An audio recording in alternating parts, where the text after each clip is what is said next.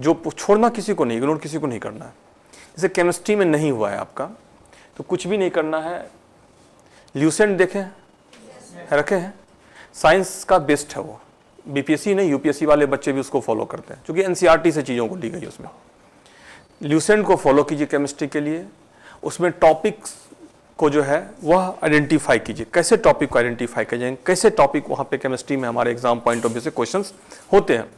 जैसे देखेंगे chemical composition zinc का है ना, तांबा का, ये सब देखेंगे, ट्रेंडिंग क्वेश्चन है। उसके बाद साथ ही साथ रेयर मिनरल्स, क्रिटिकल मिनरल्स का नाम सुने हैं? एक आठ कोई नाम बताइए।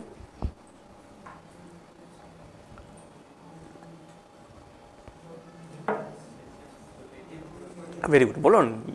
Lithium, beryllium, boron, radon, all are critical minerals. सभी क्या है? Critical minerals. तो केमिस्ट्री के वैसे पोर्शन को आप देखिए, समझे? केमिस्ट्री में भी चीज़ों को आप क्या करते हैं, कर सकते हैं, इलिमिनेट कर सकते हैं, और एग्जाम के पैटर्न के अकॉर्डिंग पहले टॉपिक डिसाइड कर लीजिए, समझे? केमिस्ट्री मेरा सब्जेक्ट नहीं है, लेकिन फिर भी मैं थोड़ा, जब नहीं हुआ है तो अब इसके लिए क्लास पे का वेट मत कीजिए। जो क्रैश कोर्स चलेगा उससे फटाफट पढ़ा दिया जाएगा, उसमें बहुत ये नहीं रहेगा, लेकिन अब आपको खुद से करना है। तो इस तरह से चीज़ों को डिफाइन कीजिए, टॉपिक को डिफाइन कीजिए और खुद से उसको कीजिए। और साथ ही साथ केमिस्ट्री में देखेंगे बहुत सारे numbers of question previous year के रिपीटेड क्वेश्चन है। अगर आप देखेंगे बायोलॉजी, फिजिक्स, केमिस्ट्री में सबसे अधिक रिपीट होता है किसी सेक्शन से, वह कहाँ से होता है? केमिस्ट्री से होता है, उसके बाद फिजिक्स से होता है, और देन फिर बायोलॉजी में कुछ कंटेम्पोररी क्वेश्चंस भी होते हैं, कुछ applied current affairs based questions भी होते हैं। लेकिन फिजिक्स और केमिस्ट्री में जनरली क्या होता है? वह कन्वेंशनल क्वेश्चन ही रहता है। तो प्रीवियस ईयर के क्वेश्चन को भी रिवाइज कर लीजिए, ठीक है? तो ये होगा आपका केमिस्ट्री का सॉल्यूशन खुद से निकालना है। अब बहुत डिपेंडेंट नहीं रहना है, क्योंकि जब क्वालिफाई किए स्कॉलरशिप टेस्ट, मतलब आप लोगों में है, वह इनपुट है, आप लोग आराम से कर ले जाएंगे उसको। दूसरा इंपॉर्टेंट पॉइंट है इकोनॉमिक्स नहीं हुआ है। इकोनॉमिक्स में क्या क्या हुआ है ये मेरे को बताइए, तब थोड़ा डिस्कस कर पाएंगे। एक कोई बच्चा जो रेगुलर क्लास किया हो, तुम बताओ तो क्या क्या हुआ है? तुम रेगुलर करते हो? अच्छा, बैठ बता, कोई बात नहीं। हाँ, और अच्छा, प्लानिंग कमीशन के बारे में थोड़ा बताए हुए थे, उसके बारे में 5 ईयर प्लान्स में क्या क्या, किस प्लानिंग में क्या क्या है, ये बताए हैं प्रीलिम्स? डिटेल में नहीं हुआ, अच्छा। और अनएम्प्लॉयमेंट, पॉवर्टी, ये सब बताए हैं? नेशनल इनकम वगैरह? नेशनल इनकम हुआ था, अच्छा।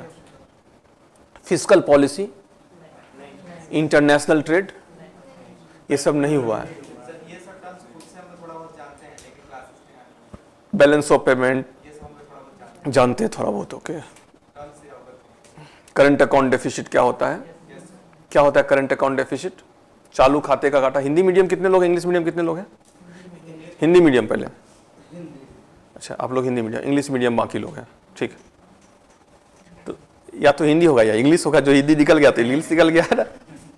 हाँ, तो करंट अकाउंट डेफिसिट क्या होता है? नाम तुम्हारा भूल गए, क्या नाम है तुम्हारा? क्या? ऋषभ, सॉरी, हाँ बताओ Rishabh, current account deficit.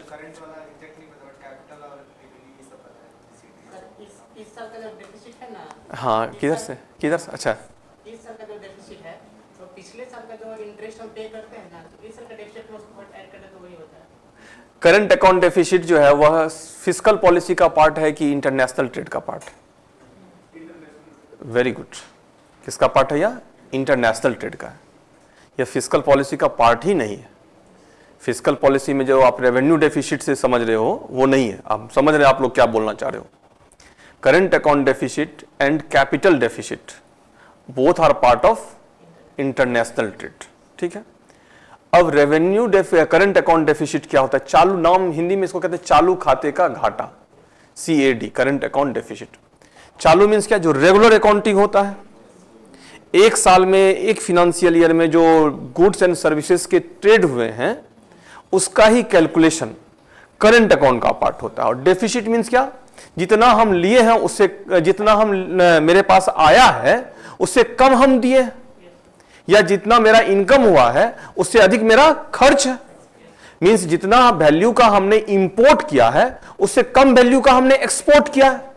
Technical word में जितना हमने अधिक वैल्यू का आयात किया, अधिक कीमत का आयात किया है, कम कीमत का क्या किया है, निर्यात किया है, घाटा हुआ।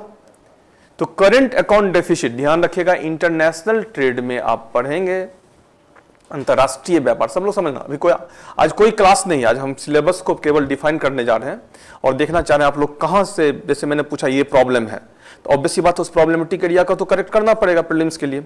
और 70वीं बीपीएससी बेस्ट है आपके लिए, ध्यान रखना, बहुत अच्छा, बहुत सीटें आ रही है। दूसरा, आप सब लोग डिजर्व करते हो, कुछ तो है जो यहाँ बैठे हुए आज, नहीं तो कितनी भीड़ रहती थी नहीं। और आज देखो कितना खाली लग रहा है, हमें भी बुरा लग रहा है। कुछ स्टूडेंट्स को हम मान रहे थे जो वो लोग को आना चाहिए था यहाँ पे, लेकिन वो लोग नहीं दिख रहा है मुझे। तो आप लोग हो इस कैटेगरी में, आप एलिमिनेट हो गए हो, तो आप लोग जरूर कर सकते हो। तो इसलिए जो वीक पार्ट है उसको हम लोग अगर स्ट्रॉन्ग कर लेते हैं तो करंट अकाउंट डेफिसिट और कैपिटल डेफिसिट, चालू खाते का घाटा और पूंजीगत खाते का घाटा का सीधा संबंध किससे है, अंतरराष्ट्रीय व्यापार से है, इंटरनेशनल ट्रेड से है। समझिएगा थोड़ा सा,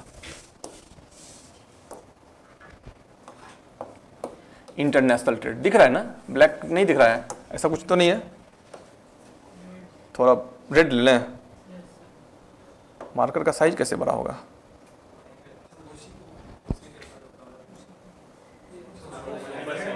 ये वाला, ओ सॉरी ये वाला, अच्छा ये वाला, अच्छा ठीक, थैंक यू। तो इंटरनेशनल ट्रेड है, अंतरराष्ट्रीय व्यापार है। अंतरराष्ट्रीय व्यापार मींस क्या, सीधा सीधा अर्थ है क्या, दो देशों के बीच होने वाला ट्रेड, ट्रेड बिटवीन टू और मोर देन टू कंट्रीज को हम लोग इंटरनेशनल ट्रेड कहेंगे। अभी देखो भारत और बांग्लादेश के साथ ट्रेड होता है, बांग्लादेश डिस्टर्ब हो गया है, तो इस डिस्टर्बेंस का देखो, भारत का ऐसा कंडीशन है, दुनिया का कोई भी देश डिस्टर्ब हो, फायदा किसको होना है, भारत को होना है। भारत को बहुत बड़ा एडवांटेज है यहां पे। कॉटन टेक्सटाइल इंडस्ट्रीज में, अंतरराष्ट्रीय व्यापार में हमारा कोई बड़ा कॉम्पिटिटर है तो वह बांग्लादेश है, और बांग्लादेश डिस्टर्ब्ड तो किसका ट्रेड बढ़ेगा। देखो शेयर मार्केट, जितना भी कॉटन टेक्सटाइल इंडस्ट्रीज के शेयर थे, तेजी से जंप किया है, और जिस तरह से वहां डिस्टर्ब हुआ है, 2-3 साल 4 साल कुछ नहीं होना है, वह हर एक 25 साल के बाद एक बार स्वतंत्रता दिवस मनाता है, बोलता है ये हमारे नया मुक्ति दिवस है, ठीक है। 71 में किया, फिर इधर किया, और फिर 25 साल के बाद होगा। यही डेमोक्रेसी और ये सेकुलर कंट्री और कॉम्युनल कंट्री में यही डिफरेंस है। वह communal country, hardcore communal country है, हम लोग सेकुलर हैं। देखो हम लोग कितना बेहतरीन है। तो इंटरनेशनल ट्रेड में अभी आने वाले दिनों में भारत को बहुत एडवांटेज मिलने वाला है बांग्लादेश के डिस्टर्बेंस के कारण। कॉटन टेक्सटाइल इंडस्ट्री हमारा तेजी से क्या होगा, ग्रो करेगा, तेजी से ग्रो करेगा। मोदी जी इसलिए तो शांत बैठे हुए थे, लड़ो भाई तुम लोग। रसिया यूक्रेन वार हुआ, देखो भारत को कितना फायदा हुआ, कम कीमत पे अंतरराष्ट्रीय बाजार में तेल की प्राइस इतनी बढ़ी। देखो हमारे यहां तो 100+ तो वार से पहले हो चुका था, हमारे यहां 100+ 106 रुपया तो रसिया यूक्रेन वार से पहले पेट्रोल का प्राइस हो चुका था ना। लेकिन रसिया यूक्रेन वार के बाद हमारा प्राइस क्या बढ़ा है, इंटरनेशनल मार्केट में तेजी से प्राइस बढ़ा, क्योंकि हमको कम कीमत पे रसिया दिया है तेल, और हम अपने नहीं यूज किए हैं, हम यूरोपों को बेचे हैं। और रेवेन्यू, फॉरेक्स मनी इतना तेजी से जो हमारा बढ़ा है, क्यों बढ़ा है, इसी कारण से बढ़ा है। तो जहां जहां वार हो, भारत एक, चूंकि भारत एक डेमोक्रेटिक कंट्री है, भारत एक लोकतांत्रिक देश है, ध्यान रखना। और भारत का जो लोकतंत्र है वह बहुत ही मजबूत है, बहुत ही सेकुलरिज्म बहुत ही मजबूत है, भारत की चीजें बहुत ही बेहतरीन है, जिस कारण से भारत जो है कहीं पे भी डिस्टर्बेंस होगा तो एडवांटेज कौन ले जाएगा, भारत ले जाएगा। और ले क्या, कोई भी सरकार होता वह ले जाता। तो मेरे कहने का सेंस है, इंटरनेशनल ट्रेड का अर्थ होता है दो देश के बीच होने वाला व्यापार। और इस व्यापार में अभी रिसेंटली एक घटना हुई है जिससे भारत का टेक्सटाइल इंडस्ट्री क्या होगा, ग्रो करेगा। देखो इंटरनेशनल ट्रेड जो है अपने आप में कोई ऐसा मीनिंग नहीं रखता है। मीनिंग क्या रखता है, इंटरनेशनल ट्रेड से होने वाला इनकम, ठीक है। अगर सामान्य भाषा में देखा जाए तो इंटरनेशनल ट्रेड से होने वाले इनकम को टेक्निकली वर्ड के रूप में हम लोग यूज करते हैं क्या, बैलेंस ऑफ पेमेंट, बीओपी, भुगतान संतुलन, BOP, balance of payment. Means जो हम लेन देन कर रहे हैं, दे रहे हैं, ले रहे हैं, वही भुगतान है, पेमेंट। और बीओपी रिलेटेड अकाउंट, भुगतान संतुलन, जो लेन देन होगा उससे संबंधित खाता होगा कोई, तो BOP related account classified as current account and capital account. Current account and capital account. Current account क्या होता है? चालू खाता। कैपिटल अकाउंट क्या होता है? पूंजीगत खाता। ठीक है, हिंदी में यह क्या है? चालू खाता, और यह क्या है? पूंजी। अच्छा, कोई भी लेन देन होगा, एक थोड़ा सा एक वर्ड और, हम अगर एक्सपोर्ट अधिक करते हैं, निर्यात अधिक करते हैं, एक्सपोर्ट वैल्यू अधिक है, सॉरी, निर्यात वॉल्यूम से नहीं मीनिंग है, ध्यान रखना। हम एक ट्रक जो है, एक भर के कार्गो शिप आयरन स्टील भेज दिए अमेरिका, और अमेरिका क्या किया? हमको एक छोटा सा सुपर कंप्यूटर का चिप भेज दिया। किसकी कीमत अधिक होगी? सुपर कंप्यूटर के चिप की। तो वॉल्यूम से कोई मीनिंग नहीं है, मीनिंग किससे है? वैल्यू से है। एक्सपोर्ट, और हमेशा देखना बुक में लिखा था एक्सपोर्ट और इंपोर्ट वैल्यू, वॉल्यूम नहीं वर्ड यूज होगा। ठीक है, क्योंकि वॉल्यूम अपने आप में मीनिंगलेस होता है। वॉल्यूम से क्या मतलब है? वैल्यू से इंपॉर्टेंस है। तो एक्सपोर्ट वैल्यू और import value, when export value is more than the import value, अगर हमारा निर्यात मूल्य आयात मूल्य से अधिक है, दैट मींस हमारे पास फॉरेन मनी क्या हो रहा है? अधिक आ रहा है, सरप्लस है। तो यह हमारे किसको इफेक्ट कर रहा है? कहां पे? फॉरेन एक्सचेंज को, विदेशी मुद्रा भंडार को। विदेशी मुद्रा भंडार को क्या कर रहा है? सरप्लस कर रहा है। Reverse, when import value is more than the export value, which is badly affected the our foreign reserve, यह निगेटिवली इफेक्ट कर रहा है। यह पॉजिटिव है और यह क्या है? निगेटिव है। अब देखो, पॉजिटिव है तो that means foreign international trade में ध्यान रखना है, एक्सपोर्ट वैल्यू और इंपोर्ट वैल्यू इंपॉर्टेंट है, और उससे भी अधिक इंपॉर्टेंट है हमारा क्या? Forex reservoir. क्योंकि जब हमको लॉस होगा तो हम क्या करेंगे? जब हमारा when export value is less than the import value, जब हमारा निर्यात मूल्य, हिंदी में समझ रहे हो, निर्यात मूल्य आयात मूल्य से क्या है? कम है, तो हम एक्स्ट्रा, मान लो निर्यात किया हमने $100, ठीक है, और आयात किया कितना? $200, तो $100 हम कहां से लेके दे रहे हैं? फॉरेक्स रिजर्व ऐसे दे रहे हैं। $100 हमारा यहां पे माइनस हो रहा है, और ठीक एडवर्स इफेक्ट में जब हमारा एक्सपोर्ट वैल्यू क्या होगा? अधिक होगा, इंपोर्ट वैल्यू कम होगा, तो $100 सरप्लस हम कहां कर रहे हैं? जमा कर रहे हैं। तो यह किसको इन्फ्लुएंस कर रहा है? इंटरनेशनल ट्रेड, विदेशी मुद्रा भंडार को, सीधे सीधे है। अल्टीमेट किसको इफेक्ट करता है? विदेशी मुद्रा भंडार, विदेशी मुद्रा का कम होना और बढ़ना। समझे सब लोग? इसी विदेशी मुद्रा के भंडार के बढ़ने और कम होने से संबंधित जितनी भी घटनाएं होती, वही हम लोग करंट अकाउंट और कैपिटल अकाउंट में पढ़ते हैं। अब विदेशी मुद्रा भंडार अगर कम हो जाए, बहुत क्राइसिस आ जाए, हमारे पास आयात करने के लिए अब पैसा ही नहीं बचा, डॉलर ही नहीं बचा, विदेशी मुद्रा ही नहीं बचा, तो फिर क्या उपाय होगा? वेरी गुड, आईएमएफ से हम लोन लेंगे। और आईएमएफ क्या करती है? हमें लोन देती है। आईएमएफ के लोन को हम लोग कहते हैं सुविधा, ट्रेंच। और आईएमएफ द्वारा दिए गए लोन 3 प्रकार के होते हैं: गोल्ड ट्रेंच, रिजर्व ट्रेंच या गोल्ड ट्रेंच, रिजर्व ट्रेंच और credit trench. Very sorry, gold trench 3 तरह की सुविधा। ट्रेंच मींस क्या होता है? सुविधा, which is given by IMF to their member countries. IMF जो कि अपने सदस्य देशों को यह सुविधा देती है। क्या क्या है? गोल्ड ट्रेंच, जब उसके टोटल कोटा, हर एक देश का अपना एक क्षमता है आईएमएफ से लोन लेने का। जैसे हम लोग ग्राहक बैंक का नहीं है, तो हम लोगों की भी एक क्षमता है लोन लेने की। क्या हमको बैंक 1 करोड़ रुपया दे सकती है? नहीं देगी। हो सकता है हमको 50 लाख दे, आपको 25 लाख दे, आपको 20 लाख दे, आपको 10 लाख दे। हमारा उतना ही पोटेंशियल है, सबका अकॉर्डिंगली हो सकता है, किसी को 50 करोड़ भी दे सकती है। इसी तरह से विश्व के सभी देशों का अपना एक कोटा है, which is decided by various factor like GDP volume, GDP volume क्या है उस कंट्री का, नेशनल इनकम क्या है, पर कैपिटा नेशनल इनकम क्या है, इंटरनेशनल ट्रेड में क्या पार्टिसिपेशन है उसका, कितना रेशियो है, इन सारी चीजों से उसका कोटा डिसाइड होता है। और उस कोटा के आधार पर ही कोई देश क्या करता है, आईएमएफ से सुविधा ले सकता है। अगर कोई देश अपने कोटे का, टोटल कोटे का 25% तक सुविधा लेता है तो उसको कहते हैं गोल्ड ट्रेंच, और अगर 25 से 100% तक लेता है तो उसको क्या कहते हैं, रिजर्व ट्रेंच, और 100 से 200% तक मतलब 100% एक्स्ट्रा उसको क्या कहते हैं, क्रेडिट ट्रेंच। जैसे ओवरड्राफ्ट नाम सुने हो, ओवरड्राफ्ट, करंट अकाउंट, अगर बिजनेस अकाउंट है, करंट अकाउंट है, डेली पैसा का लेन देन होता है, और आपके अकाउंट में पैसा नहीं है तो 2-4-50 lakh 2-4 lakh according account status आप जो है अधिक खर्चा कर सकते हो, बाद में पैसा आपके अकाउंट में आ जाए। वो जो क्रेडिट ट्रेंच है वह कुछ वैसा ही 100 से 200%, समझे। या कब, जब हमारा यहां पे पैसा कम हो जाएगा। देखो IMF, international trade, World Bank WTO, सब एक दूसरे से जुड़ा। WTO World Trade Organization, world trade की बात होगी तब तो क्या होगा, इंटरनेशनल ट्रेड पर रहे, सब एक दूसरे से जुड़ा हुआ संस्था है, ध्यान रखना है। अब आइए देखते हैं,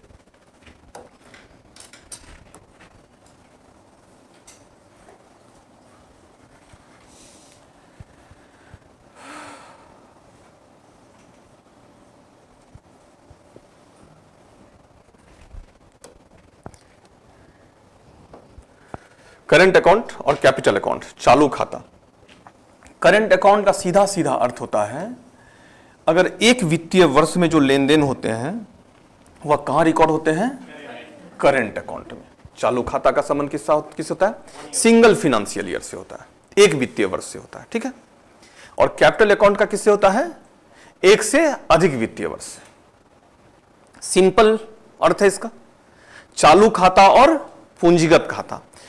इसी को हम लोग अब फिस्कल पॉलिसी, राजकोषीय नीति में पढ़ते हैं, वहां पे भी दो तरह के अकाउंट होते हैं, ठीक है, दो तरह के डेफिसिट होते हैं, रेवेन्यू डेफिसिट और कैपिटल डेफिसिट। वह अलग है मामला, जो थोड़ा कंफ्यूज कर रहे थे तुम अभी, है ना, वह एकदम अलग है। लेकिन ध्यान रखना, फिर आगे पढ़ोगे, जब वह पढ़ लोगे तो वह दोनों एक दूसरे से जुड़ता है। अगर हमारा राजस्व घाटा, उसको हिंदी में क्या कहते हैं, राजस्व घाटा, राजस्व घाटा अधिक हो रहा है तो हमारा यह घाटा क्या होगा, करंट अकाउंट डेफिसिट, वह भी अधिक होगा। और करंट अकाउंट डेफिसिट अधिक होगा तो हमारा रेवेन्यू डेफिसिट भी क्या होगा, अधिक होगा। दोनों एक दूसरे से क्या है, जुड़ा हुआ है। हाँ कैसे, तो डिटेल से पढ़ने के बाद बता देगा। हम थोड़ा सा यहां पे करंट और कैपिटल को केवल क्लियर कर देना चाह रहे हैं। चालू खाते का संबंध किससे है, 1 फाइनेंशियल ईयर से है, और पूंजीगत खाते का संबंध किससे है, मोर देन 1 फाइनेंशियल ईयर से, ठीक है। तो चालू खाते का को सीधे सीधे हम लोग क्या कहते हैं, ट्रेड अकाउंट भी कहते हैं।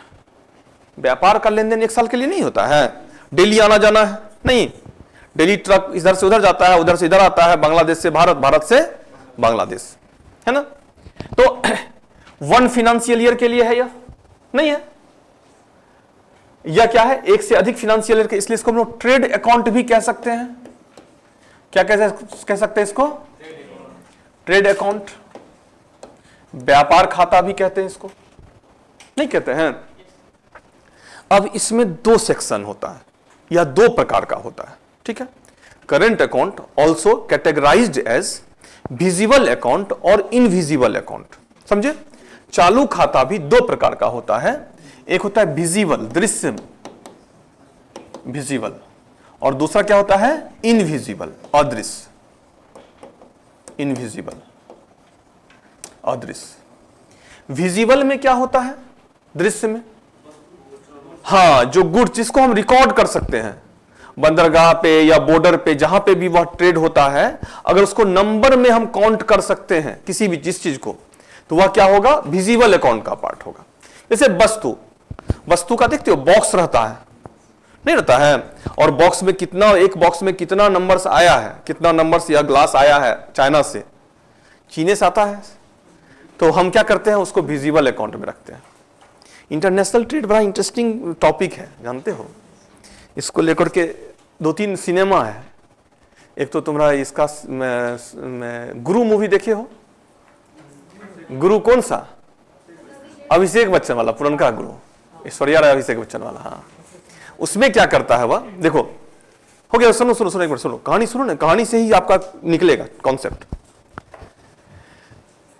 हम क्या करते हैं, हम एक्सपोर्ट प्रमोशन के लिए बहुत सारे पॉलिसी लाते हैं। एक्सपोर्ट प्रमोशन समझ रहे हो, निर्यात को बढ़ावा देने के लिए। निर्यात अधिक होगा तो हमारा विदेशी मुद्रा अधिक आएगा ना। तो निर्यात को बढ़ावा देने के लिए हम लोग बहुत सारे स्कीम्स को लॉन्च करते हैं। एक्सपोर्ट पर हम कहते हैं अगर आपका टारगेट है 100 निर्यात करना इस मार्कर को, अगर आप 200 निर्यात कर लीजिएगा तो हम आपको कुछ टैक्स फ्री करेंगे, या आप कुछ वहां से सामान खरीद के लाइएगा तो उसके ऊपर हम कोई टैक्स नहीं लेंगे। गुरु मूवी में यही करता है घोटाला। क्या करता है, वो खाली बॉक्स, कुछ बॉक्स में मार्कर रहता है, मान लो एक बॉक्स में 100 मार्कर आया, उसके पास 500 मार्कर मैन्युफैक्चर निर्यात रियल में हो रहा है, तो 5 ही बॉक्स होगा ना, और बाकी बॉक्स को क्या करता है, वह खाली बॉक्स को ही क्या करता है, निर्यात कर देता है। और खाली बॉक्स जब निर्यात होता है तो उसको उसी अनुपात में ड्यूटी फ्री कैपिटल गुड्स के आयात की सुविधा मिल, duty free means tax free. और हमको अगर यह मिल जाए जो आपका जो है अमेरिका से या कहीं किसी दूसरे कंट्री से टैक्स फ्री, यह कैमरा मैन्युफैक्चरिंग प्लांट जो है उसके ऊपर कोई टैक्स नहीं लगेगा, तो भारत में इस कैमरे की कीमत हमारी कंपनी की क्या होगी, कम हो जाएगी, हम तेजी से आगे बढ़ेंगे। वही दिखाया है, ये सब ट्रेड में होता है। वह जो मूवी में दिखाया है ये सब ट्रेड में मैनिपुलेट जो है, इस तरह से चीजें जो होती हैं वह होती हैं। तो इंपॉर्टेंट है विजिबल अकाउंट में वस्तुओं को रिकॉर्ड किया जाता है, जिसको हम लोग नंबर्स में काउंट कर पाए, जिसकी संख्या हो, समझे, उसको कहां रखते हैं हम लोग, विजिबल अकाउंट में रखते हैं। इनविजिबल में किसको रखते हैं, जिसको हम काउंट नहीं कर पाए, ठीक है। अदृश्य, जैसे एग्जांपल, हाँ सर्विस सेक्टर, बैंकिंग है, बीमा है, टूरिज्म है, ये सब कहां आएगा, इनविजिबल में आएगा। लेकिन दोनों किसका पार्ट होगा, करंट अकाउंट का पार्ट हुआ, समझे ना। करंट अकाउंट का सीधा संबंध हमारे किसी ट्रेड अकाउंट से है, और करंट अकाउंट का सीधा संबंध हमारे बैलेंस ऑफ पेमेंट से होता है। अगर करंट अकाउंट में मिसमैच होता है तो सीधे सीधे किसको प्रभावित करता है, हमारे भुगतान संतुलन को। और भुगतान संतुलन मींस क्या, सीधे सीधे विदेशी मुद्रा भंडार, फॉरेक्स करेंसी का जो रिजर्वायर है वह हमारा प्रभावित होता है। अब कैपिटल अकाउंट में क्या होता है, हाँ पूंजीगत खाता, नाम से ही स्पष्ट है, 2 या 2 से अधिक साल के लिए होगा, 1 से अधिक वर्ष के लिए। तो इसमें 2 तरह के अकाउंट हो सकते हैं, एक हो सकते हैं डेब्ट अकाउंट, डेब्ट, और दूसरा क्या हो सकता है, नॉन डेब्ट अकाउंट, मींस गैर ऋण खाता। डेब्ट में क्या हो जाएगा, उधारी जो लिया, एक देश दूसरे देश को उधारी देता है। भारत आज क्यों साइलेंट मोड में है, बैकफुट पे है बांग्लादेश में, भारत ने उधारी नहीं दिया, भारत ने वहां निवेश किया है। क्योंकि शुरू से ही 71 के बाद से ही भारत और बांग्लादेश के अलग संबंध है। देखो राहुल गांधी मोदी जी कितनों लड़ ले, लेकिन इसमें जब मीटिंग हुआ है तो सबका एक निकला है वॉइस, क्योंकि हमारी इंटरनेशनल पॉलिसी किसी एक पार्टी से डिसाइड नहीं होती है, किसी एक व्यक्ति से डिसाइड। शेख हसीना मोदी जी से भी मिले, शेख हसीना सोनिया गांधी से भी जाके मिली है, क्योंकि हमारा IR पॉलिसी है यह। तो इंपॉर्टेंट है, भारत बैकफुट पे क्यों है, भारत का बहुत सारा इन्वेस्टमेंट है वहां पे, बहुत बड़ा इन्वेस्टमेंट है। ठीक उसी तरह से चीन बैकफुट पे है पाकिस्तान को लेकर के, सीपेक कॉरिडोर में इन्वेस्टमेंट है चीन का बहुत बड़ा लॉस है। और भारत के लिए शॉकिंग है ये, जो इतना बड़ा काम कैसे हो गया। देखो यही स्टूडेंट पावर, 3 स्टूडेंट मिलकर ये काम किया है, नहीं। लेकिन एक चीज बड़ा गलत देखने को मिल रहा है, खैर वो तो उदंड रहा है बांग्लादेश हमेशा से, उदंडता का प्रकाष्ठा रहा है। क्रिकेट टीम ही नहीं देखते उसका, कि सबसे अधिक वर्ल्ड का सबसे अधिक उदंड क्रिकेट टीम है तो बांग्लादेश, और उसका उदंडता अब देखने को मिल रहा है जब आफ्टर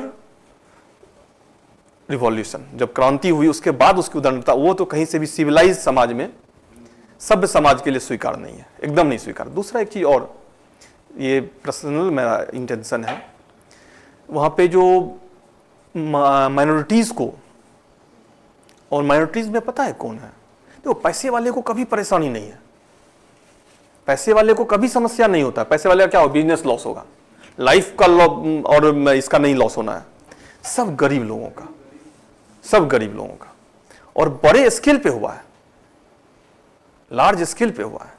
ये बहुत बड़ा सेटबैक है भारत के लिए भी। भारत वहां पे चीजों को नहीं मैनेज कर पाया, क्योंकि भारत को ही वहां देखना है। देखो बहुत सारे कम्युनिटीज के लिए ऑर्गेनाइजेशन ऑफ इस्लामिक कॉपरेशन है, ये है वो है, स्टैंड लेने के लिए, लेकिन वहां पे उस माइनॉरिटीज के लिए कोई नहीं है, एक इंडिया ही है। और बहुत सारे गरीब लोग हैं जो बेसिकली SC/ST कम्युनिटी से बिलोंग करते हैं, और उसको सब बहुत बुरा कंडीशन हो गया है पिछले 3 दिनों में। ये बहुत बड़ा लॉस है। तो ये क्या हुआ हमारा, विजिबल अकाउंट और इनविजिबल अकाउंट। कैपिटल अकाउंट में 2 तरह के डेब्ट होगा, ऋण वाला मामला तो खराब नहीं होगा। बांग्लादेश को जो ऋण दिया होगा वो तो बांग्लादेश का कोई भी सरकार आएगा तो लौटाएगा, वह सरकार का ऋण है, ठीक है। लेकिन जो इन्वेस्टमेंट होता है, नॉन डेब्ट अकाउंट, वह बड़ा खतरनाक होता है। चीन जैसे पाकिस्तान में फंसा वैसे भारत भी कहां फंसा है, बांग्लादेश में, एकदम फंस गया उसी तरह से, क्योंकि बहुत बड़ा इन्वेस्टमेंट है। और नॉन डेब्ट अकाउंट 2 तरह के होते हैं, एक होते हैं क्या, डायरेक्ट, जो निवेश। नॉन डेब्ट अकाउंट में क्या आता है, इन्वेस्टमेंट। इन्वेस्टमेंट में आप इन्वेस्ट किए हो, प्रॉफिट के लिए किए हो, हमारी कोई जिम्मेदारी नहीं है। भारत ने वहां क्या है, निवेश किया है। भारत अपने, अगर भारत का इन्वेस्टमेंट वहां है, मोदी जी आते हैं तो कांग्रेस भी ऐसा ही करेगी, कांग्रेस के बाद फिर मोदी जी आते हैं फिर वो भी ऐसा ही करेंगे। मतलब वह कंट्री का इन्वेस्टमेंट है, किसी पॉलिटिकल पार्टी का इन्वेस्टमेंट नहीं है, वह देश का इन्वेस्टमेंट है। यह इन्वेस्टमेंट होता है, यह इन्वेस्टमेंट कहां आता है, नॉन डेब्ट अकाउंट में होता है, जिसका उस देश की कोई जिम्मेदारी नहीं होती है। वह उस देश को पे करने का, पे बैक करने का कोई अकाउंटेबिलिटी नहीं है। और यह 2 प्रकार का होता है, एक होता है डायरेक्ट, दूसरा होता है इनडायरेक्ट। डायरेक्ट को क्या कहते हैं हम लोग, FDI, और इनडायरेक्ट को क्या कहते हैं, FII या PFI, पोर्टफोलियो इन्वेस्टमेंट, ठीक है। फॉरेन इंस्टीट्यूशनल इन्वेस्टमेंट या portfolio investment, FDI foreign direct investment, ठीक है। विदेशी प्रत्यक्ष निवेश, FDI। अब देखिए, ये जो FDI है और PFI है, हर एक कंट्री अपने देश में FDI को प्रमोट करना चाहता है, नहीं करना चाहता है। भारत भी कहता है हमारे यहाँ FDI कीजिए, और भारत सरकार कहती है हमारे यहाँ 5D है, 6D है, इसलिए हमारे यहाँ FDI करना अधिक सुरक्षित होगा। फिर 5D मीन्स क्या, डेमोक्रेसी है, डेमोग्राफी है। भारत तो बहुत खूबसूरत फेज से पास कर रहा है, ध्यान रखना, बहुत ही गोल्डन फेज है इंडियन इकोनॉमी का और इंडिया का एज ए नेशन इंटरेस्ट की अगर हम लोग बात करें तो बहुत ही सुनहरा फेज है, क्योंकि ये फास्टेस्ट ग्रोइंग इकोनॉमी है हमारा, है सबसे लार्जेस्ट पॉपुलेट कंट्री है, विश्व का सबसे बड़ा देश है, जो कि सबसे बड़ा एसेट है अभी विश्व के लिए। तीसरा सबसे अच्छी बात क्या है ना, एक टॉलरेंस वाला कंट्री है, यह एक सहिष्णु देश है। सबसे बड़ी बात है हमारे देश में जो लेवल ऑफ टॉलरेंस है वह विश्व में कहीं नहीं है। ब्रिटेन में देखो ना, अभी ब्रिटेन में भी चल रहा है मामला। देखो एक चीज और ध्यान रखना, ये समस्या किसी पर्सनल इस पे नहीं अटैक कर रहे हैं हम, क्योंकि हम जो पिछले 5-6 दिनों से देख रहे हैं बड़ा ये देश वर्ल्ड कहां जा रहा है और डाइल्यूशन भी कितना तेजी से हो रहा है। देखो ब्रिटेन में चल रहा है डिस्टर्बेंस, अरबियन कंट्री सब डिस्टर्ब है, एवं बांग्लादेश शांत था आज वो भी डिस्टर्ब हो गया, मतलब पूरा देश डिस्टर्ब है। और उसमें एक स्टेबिलिटी किसी की है, इंडिया की है। और इस बार तो और बेहतरीन स्टेबिलिटी है इंडिया की, क्योंकि विपक्ष मजबूत है। लोकतंत्र में सत्ता पक्ष के साथ साथ क्या होना चाहिए, इसलिए बहुत बेहतरीन कंडीशन है। तो FDI को लेकर के भारत सरकार डेमोक्रेसी है, डेमोग्राफी है, डिमांड है, डीरेगुलेशन है, डी लाइसेंसिंग है, ये सब वर्ड यूज करके अपने यहां FDI को क्या करती है सरकार, आकर्षित करती है, ताकि FDI आएगा और यहां पे यह कैमरा का फैक्ट्री लगेगा, कैमरा का फैक्ट्री लगेगा तो रोजगार सृजन होंगे, कैमरा का उत्पादन होगा, कैमरा का निर्यात होगा, उससे हमको लाभ मिलेगा, और जो देश इन्वेस्ट करेगा वह भी कुछ पैसा कमाएगा। यही सिंपल फंडा है एफडीआई का। तो ये एफडीआई होगा। जबकि पीएफआई क्या होगा? Portfolio investment. हाँ, ये क्या है? जैसे रिलायंस कंपनी में जॉर्ज आया और उसका 2% शेयर खरीद लिया, मींस ऑनरशिप ने, ध्यान रखना, 50% से अगर अधिक खरीद लिया तो एफडीआई में आ जाएगा।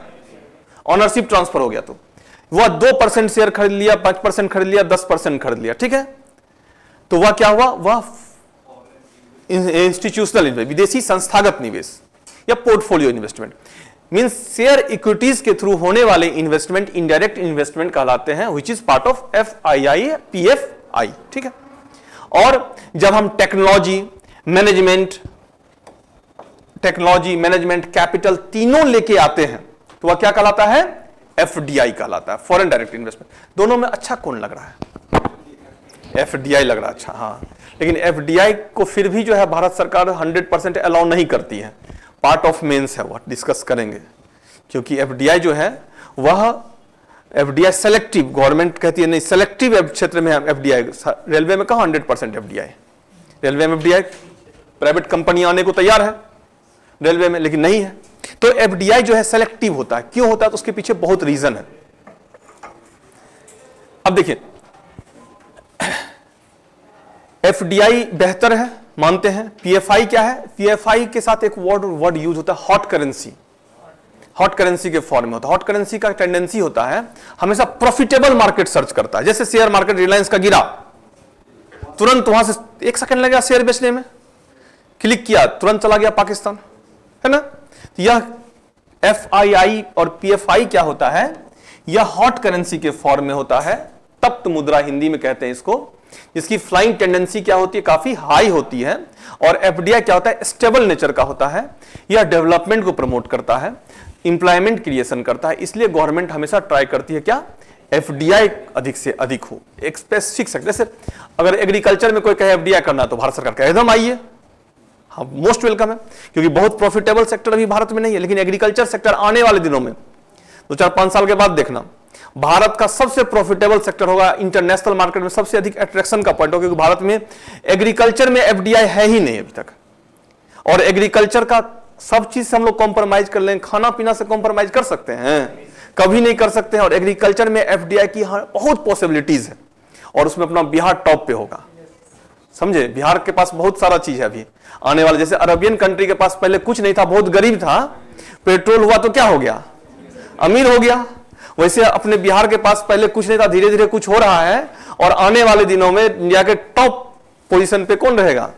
क्योंकि बिहार में पानी भी है, बिहार में एग्रीकल्चर भी है, बिहार में जनसंख्या भी है, बिहार में पढ़ा लिखा जनसंख्या भी है, बिहार का सेकुलर जनसंख्या है, बिहार का जो है बहुत ही इनोवेटिव जनसंख्या है। तो बिहार का ये कंडीशन है, बिहार जो है आने वाले दिनों में टॉप पे रहेगा। हाँ, अब देखिए, तो समझे ना, ये करेंट अकाउंट और कैपिटल अकाउंट होता है, या इंटरनेशनल ट्रेड में यूज होता है, समझे।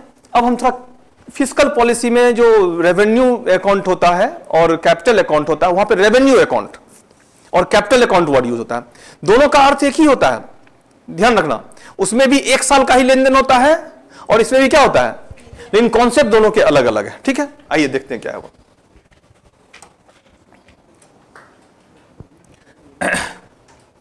अब इसी में इन डिटेल्स पढ़ोगे तो पूरा ट्रेड पढ़ना पड़ेगा। फिस्कल पॉलिसी जैसे राजकोषीय नीति होती है, राजकोषीय नीति नाम से स्पष्ट है क्या? राज्य के कोष की नीति। राज्य का कोष मींस क्या? पैसे का नीति नहीं, पैसा मींस लेन देन, पैसा मींस लेना ही नहीं होता है, देना भी होता है, ठीक है। इसी की पॉलिसी अगर पढ़ोगे आप, फिस्कल पॉलिसी का अल्टीमेट ऑब्जेक्टिव ही होता है राजकोषीय नीति, a better management of government income and expenditure, ठीक है। एक बेहतर प्रबंधन होता है किसका? सरकार के आय और व्यय का, ताकि अर्थव्यवस्था की गति क्या हो? अच्छी हो। Rapid to secure the rapid growth of economy. क्या? पोर्टफोलियो इन्वेस्टमेंट कहां चला गया? नहीं, करंट पे कैसे आएगा? अभी तो कैटेगराइज किए थे ना, एफडीआई और पीएफआई। हाँ, वहां से बाहर निकलो ना, अब ये दूसरे टॉपिक में आ रहे हैं। हाँ। तो बेटर मैनेजमेंट है इनकम और एक्सपेंडिचर, इसका पर्पस ही होता है rapid to secure the rapid growth of economy, eliminate the rate of poverty, enhance the employment rate, ठीक है, एम्प्लॉयमेंट कंडीशंस एटसेट्रा। जितने भी बेटर थिंग्स होते हैं इकोनॉमी में उसको क्या करना, इंप्रूव करना। फिस्कल पॉलिसी का यही उद्देश्य होता है। जनरली ये दो प्रकार का होता है, एक्सपांशनरी फिस्कल पॉलिसी और कॉन्ट्रैक्शनरी फिस्कल पॉलिसी, विस्तारित राजकोषीय नीति और संकीर्ण राजकोषीय नीति। ये विस्तारित और संकीर्ण का क्या मामला है? विस्तारित राजकोषीय नीति का अर्थ हुआ क्या, देखो ध्यान रखना, जब सरकार के इनकम से अधिक खर्च अधिक हो रहा, अर्थात सरकार को घाटा। और संकीर्ण राजकोषीय नीति क्या होता है, जब सरकार का व्यय कम है और इनकम अधिक है। अर्थव्यवस्था में दोनों में कौन अच्छा होगा? घाटा वाला। हाँ, हमेशा इकोनॉमी के लिए जो बेस्ट होता है वह कौन होता है? एक्सपांशनरी, घाटा वाला। कैसे और क्यों?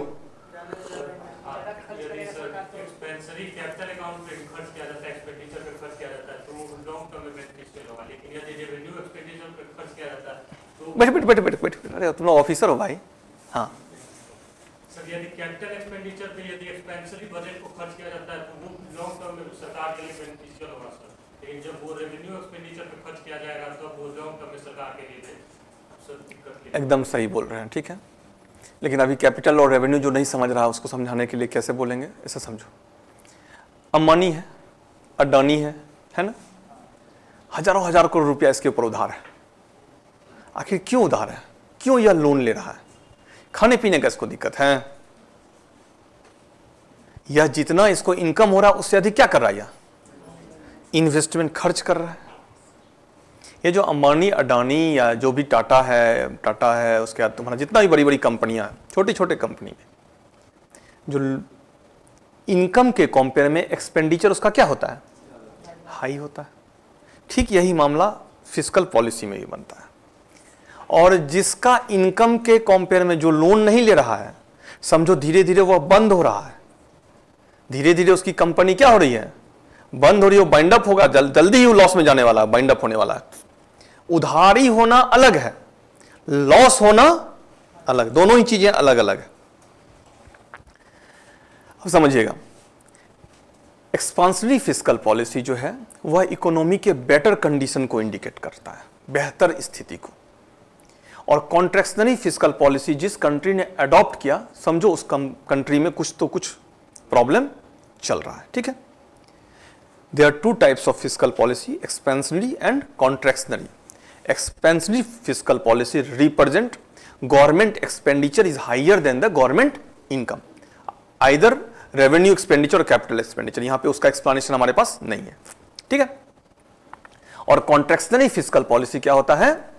Revenue income is higher than the government income is higher than the government expenditure. सब तरह से टैक्स कलेक्ट कर रहा है, कोई खर्चा नहीं सरकार कर रही है, तो बताओ क्या होगा? कुछ होगा? नहीं होना है। जो पैसा आ रहा है उसको भी सरकार क्या कर रही है? अपने इसमें डाल रही है। आखिर बांग्लादेश में इतना गुस्साया हुआ पब्लिक क्यों था? बांग्लादेश का पब्लिक इतना गुस्साया और नाराज क्यों था? देखो शेख हसीना का घर, कबूतर, मुर्गा, लेकिन वहां मुर्गी चोर सब भी है नहीं। ये कहीं से स्टूडेंट तो नहीं है भाई, ये सब स्टूडेंट तो नहीं कर सकता है। तो क्योंकि वह गवर्नमेंट जो है, हालांकि ध्यान रखना, इंडिया से बेहतर कंडीशन है बांग्लादेश का। SDI रैंकिंग अच्छा है, हैप्पीनेस इंडेक्स में भारत से अच्छा है, उसका पॉवर्टी रिमूवल रेट जो है इंडिया से अच्छा है, उसका बहुत अच्छा है, जनसंख्या कम है चुकी। लेकिन उसके बाद भी ये कंडीशन आया है, उसके पीछे रीजन रहा है लैक ऑफ डेमोक्रेसी, लोकतंत्र का अभाव। वहां पे ऑटोक्रेटिक नेचर की शेख हसीना हो गई है, जिस कारण से आज छोड़ना पड़ा। और यूथ मूवमेंट, युवा को रोजगार चाहिए, युवा को राइट टू स्पीच चाहिए, बोलने का अधिकार चाहिए। अगर आप उसमें सबसे इंपॉर्टेंट राइट टू स्पीच, अगर आपको मैं बोल दूं आप लोग को एक शब्द नहीं बोलना है, 4 दिन क्लास करोगे, 5वें दिन से या तो भाग दो, आप भाग जाओगे या हमें भगा दोगे, दो ही बात होगा। हर एक लेवल पे है यह चीज, राइट टू स्पीच बहुत इंपॉर्टेंट। और वहां पे वो चीज कर्टेल हो रहे थे। इस कारण से ये सब चीजें हुई। तो वहां पे जो है फिस्कल पॉलिसी में गवर्नमेंट क्या कर रही थी, अपना तो ऐशो आराम का पूरा सामान, लेकिन पब्लिक के लिए, पब्लिक वेलफेयर के लिए कोई ये नहीं था। तो फिस्कल पॉलिसी दो तरह के होते हैं, एक्सपांशनरी और कॉन्ट्रैक्शनरी, ठीक है। अब इंपॉर्टेंट है, फिस्कल पॉलिसी कोई टॉपिक ही नहीं है।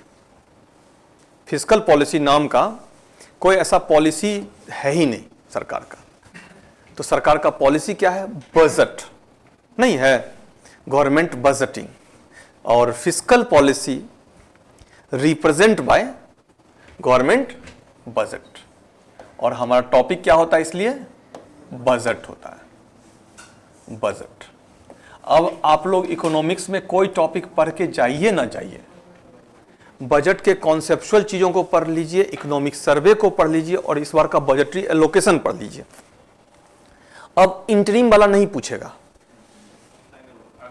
फाइनल बजट हमारा आ गया, सरकार बन गई, फाइनल बजट आ गया, यही पूछेगा आप, ठीक है। इकोनॉमिक्स में 2 से 3 क्वेश्चन आपके बिहार से भी और सेंट्रल बजट से भी रहेंगे 70वीं बीपीएससी में, ठीक है ना। लेकिन उसको समझने के लिए थोड़ा कॉन्सेप्चुअल चीजों को समझना पड़ेगा, तब ये मैं कॉन्सेप्चुअल चीजों पे डिस्कस कर रहा हूं बजट का। जो इस बार का इकोनॉमिक सर्वे है केंद्र सरकार का और राज्य सरकार का, उस पर डिस्कस नहीं कर रहा हूं, चूंकि मैंने भी उसको तैयार नहीं किया। तैयार कर देंगे तो हो सकता है हम उसको डिस्कस कर देंगे, ठीक है। तैयार करना है उसको एग्जाम पॉइंट ऑफ व्यू से आप लोगों के लिए। तो अब बजट किसको कहते हैं भाई, बजट क्या है, बजट किसको कहते हैं? एक आदमी को बढ़िया से बोलो, लेन देन।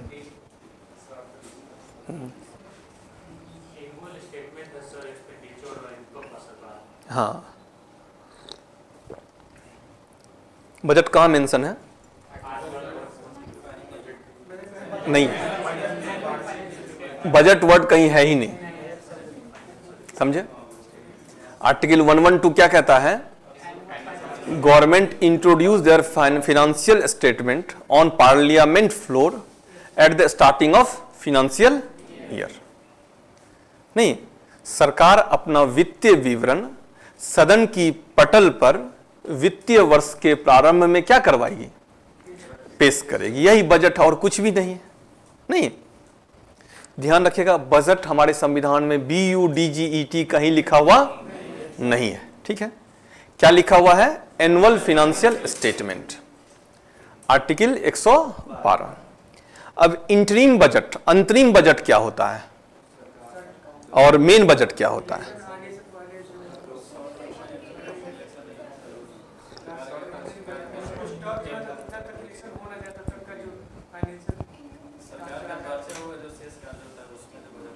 अच्छा, हाँ ठीक है, और ठीक सही बोल रहे हो।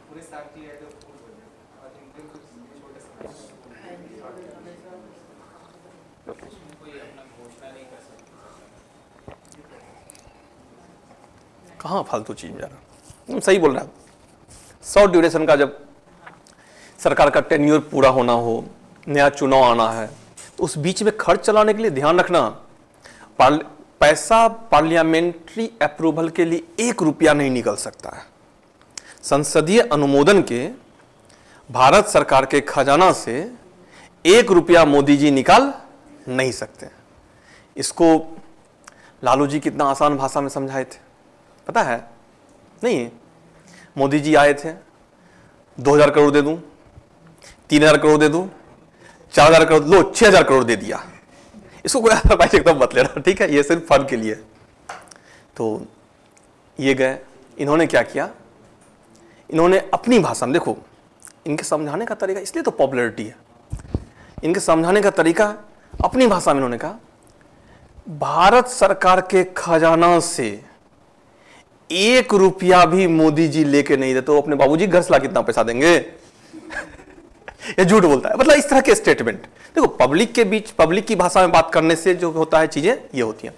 दैट मीन्स कहने का सेंस क्या, पार्लियामेंट्री अप्रूवल के लिए भारत सरकार के खजाना से, खजाना क्या ही समझाते हैं, 1 रुपया सरकार नहीं निकाल सकती है, ना ही निकाल सकती है, ना ही उसमें डाल सकती, डाल भी नहीं सकती है, समझे ना, ये है मामला। तो आर्टिकल 112 क्या है? एनुअल फाइनेंशियल स्टेटमेंट है, which is represented by the government on parliament floor at the starting of financial year। अपने वित्तीय वर्ष के प्रारंभ में वह क्या करती है? सरकार सदन के पटल पर रखवाती है, जो मेरा इतना इतना इनकम है और मेरा ये एक्सपेंडिचर है। ठीक है, यही क्या है? बजट। अब इस बजट में देखेंगे जितने भी इनकम होते हैं, जितने भी एक्सपेंडिचर होते हैं, ऑल इनकम एंड एक्सपेंडिचर, ध्यान में, बजट कौन रखवाई है? सरकार। और सरकार किसके हिसाब से काम करती है? सरकार के काम करने का आधार क्या है? कल पॉलिटी खत्म हुआ है। अरे संविधान, कॉन्स्टिट्यूशन नहीं है। आर्टिकल 112 क्या कहता है? सदन, वह भी संवैधानिक प्रावधान है, कॉन्स्टिट्यूशनल प्रोविजन है ना, आर्टिकल 112। वैसे ही इसमें जितनी भी चीजें होंगी सबका कॉन्स्टिट्यूशनल कुछ आधार होगा? नहीं होगा। तो जो लेन देन हुआ है, जो आया गया है, इसका कॉन्स्टिट्यूशनल आधार 2 अनुच्छेद है, बड़ा इंटरेस्टिंग। कौन कौन सा? 112 तो हो चुका, हाँ, 267। 266 में भी 2 पार्ट है, 266(1) और 62 है ना। 1 क्या कहता है? कंसोलिडेटेड फंड, जिसको भारत सरकार का खजाना कहते हैं, हाँ, संचित निधि, जहां से सरकार का सब पैसा वहीं रखा रहता है और वहीं से मोदी जी 1 रुपया भी नहीं निकाल सकते हैं बिना पार्लियामेंट्री अप्रूवल के लिए, समझे ना। कोई पैसा नहीं, कोई वहां से विड्रॉ नहीं हो सकता है। यह क्या है? 1 इज कंसोलिडेटेड फंड, क्या है यह? Consolidated fund. And 2 is public account, public account.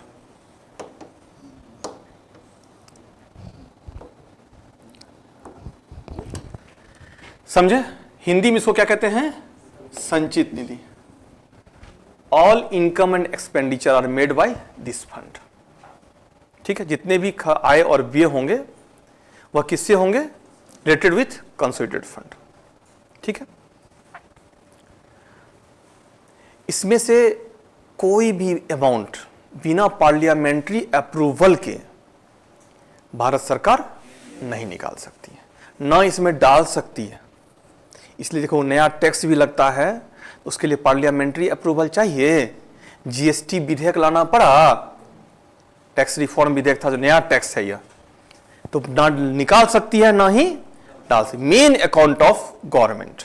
ठीक है, कहां पे है? 266(1) पे है, संचित निधि। समझे? अब देखिए,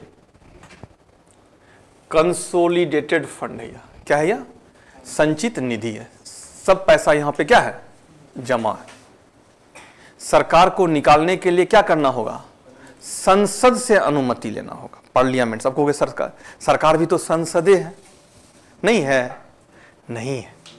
सरकार जो है, सरकार जनरल टर्म में सरकार मीन्स प्रधानमंत्री और मंत्री परिषद, कार्यपालिका। और संसद कौन है? विधायिका है। विधायिका में रूलिंग पार्टी भी है और अपोजिशन भी। तो संसद से अगर अनुमति लेना है, दैट मीन्स अपोजिशन से भी लेना है। यही तो लोकतंत्र है। लोकतंत्र में ध्यान रखना, डेमोक्रेसी बहुत ही खूबसूरत फेनोमेनन है। और पता नहीं वर्ल्ड को क्या हो गया, डेमोक्रेसी के नाम पे मजाक बना रखा है सब। बहुत ही खूबसूरत। और भारत में डेमोक्रेसी सुरक्षित रहेगा 100%, यह तय है, क्योंकि भारत का सबसे डेमोक्रेसी सबसे पुराना है। और दूसरा, भारत में सबसे शांत, विश्व का सबसे शांत पब्लिक भारत में नहीं, सबसे टॉलरेंस है, सुनो पब्लिक। तो इसमें क्या है? 266(1) में जितने भी इनकम होंगे, जितने भी एक्सपेंडिचर होंगे, वह इसी से होंगे। लेकिन इसके लिए किससे अप्रूवल लेना होगा? संसद से, पार्लियामेंट से। इसका एक प्रोसेस होता है, प्रक्रिया होती है। कोई भी विधेयक पार्लियामेंट में पास होता है, लोकतांत्रिक की एक प्रक्रिया होती है। एक होता है डिमांड फॉर ग्रांट, समझे, अनुदान की मांग। सरकार के डिपार्टमेंट के द्वारा यहां पे रखा जाएगा, बोला जाएगा हमको दीजिए पैसा। इसको क्या कहते हैं? Demand for grant. हिंदी में क्या कहते हैं इसको? अनुदान की मांग। अपोजिशन कहेगा ना ना बड़ा खर्चा कर रहे हैं आप, इतना नहीं देंगे, काम निकालिए। तो अपोजिशन का अधिकार होता है क्या? Cut motion. हाँ, कट मोशन। कट मोशन को हिंदी में क्या कहते हैं? कटौती प्रस्ताव। 3 तरह का कट होता है, token cut, economic cut, policy cut. जरूरत नहीं है उसको जानने की। और कट मोशन पास होता नहीं है क्योंकि अपोजिशन अल्पसंख्यक है, बहुसंख्यक रूलिंग पार्टी होता है, मेजोरिटी वही होता है, बहुमत में होता है वो। तो सरकार कट मोशन मानती भी है, नहीं मानती है, कोई फर्क नहीं पड़ता। और इन प्रक्रियाओं के बाद एक बिल पेश होता है, व्हिच इज एप्रोप्रिएशन बिल, जिसको हिंदी में कहते हैं क्या? विनियोग विधेयक, एप्रोप्रिएशन बिल।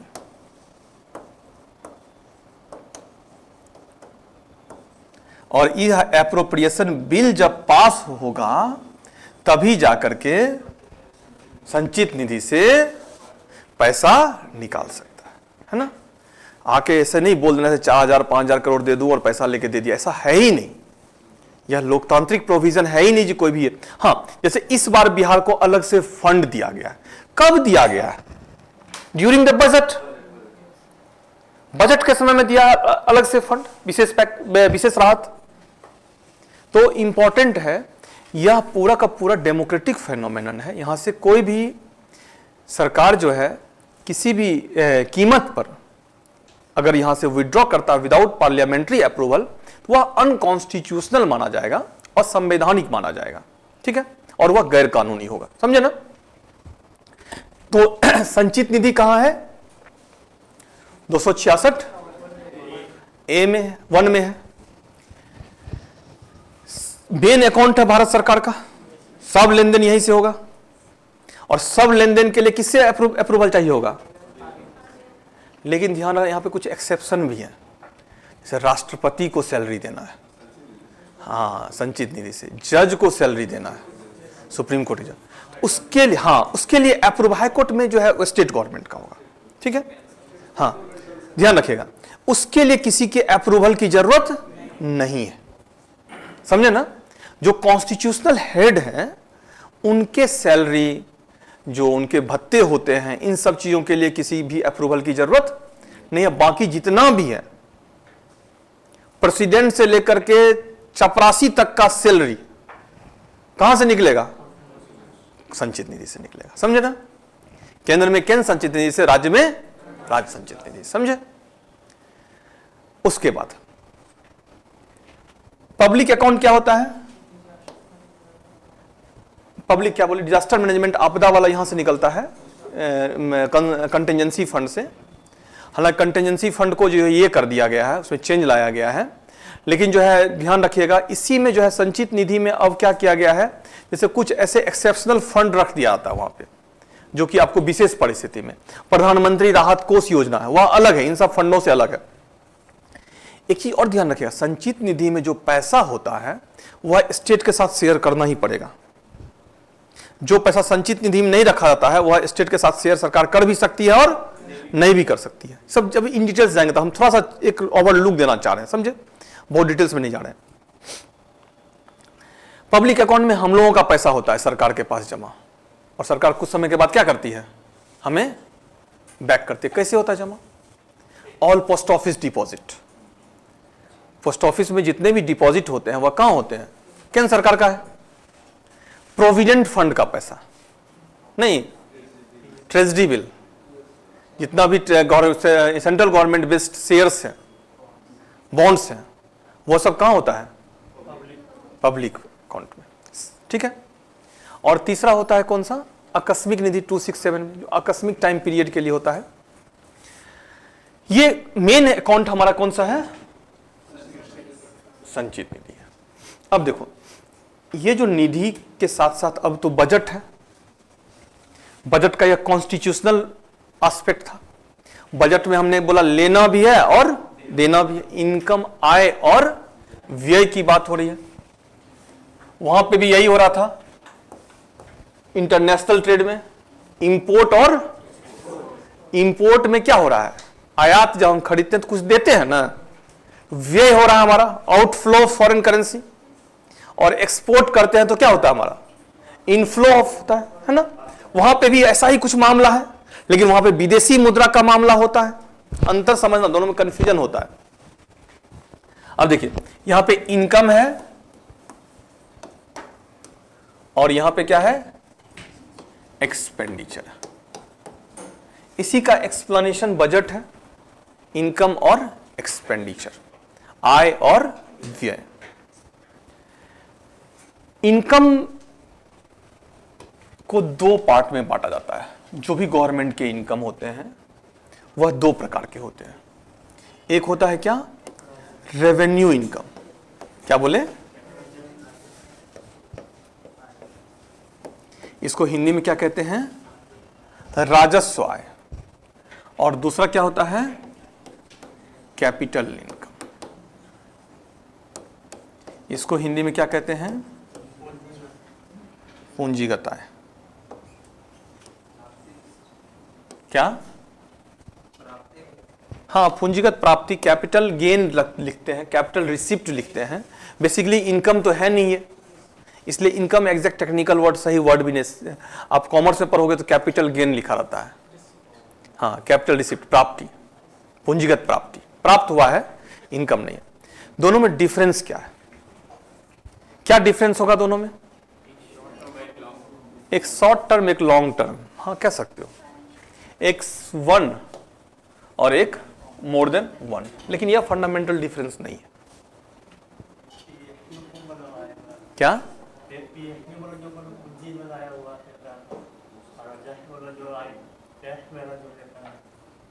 ठीक, और ठीक बोल रहे हो, और बोलो।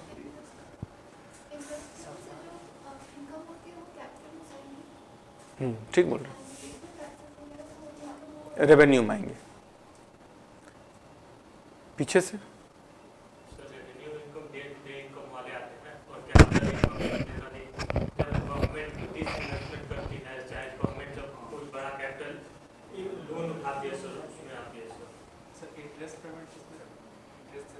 अब तुम ही नहीं बताओगे, हम तो भी कुछ बोल नहीं रहे।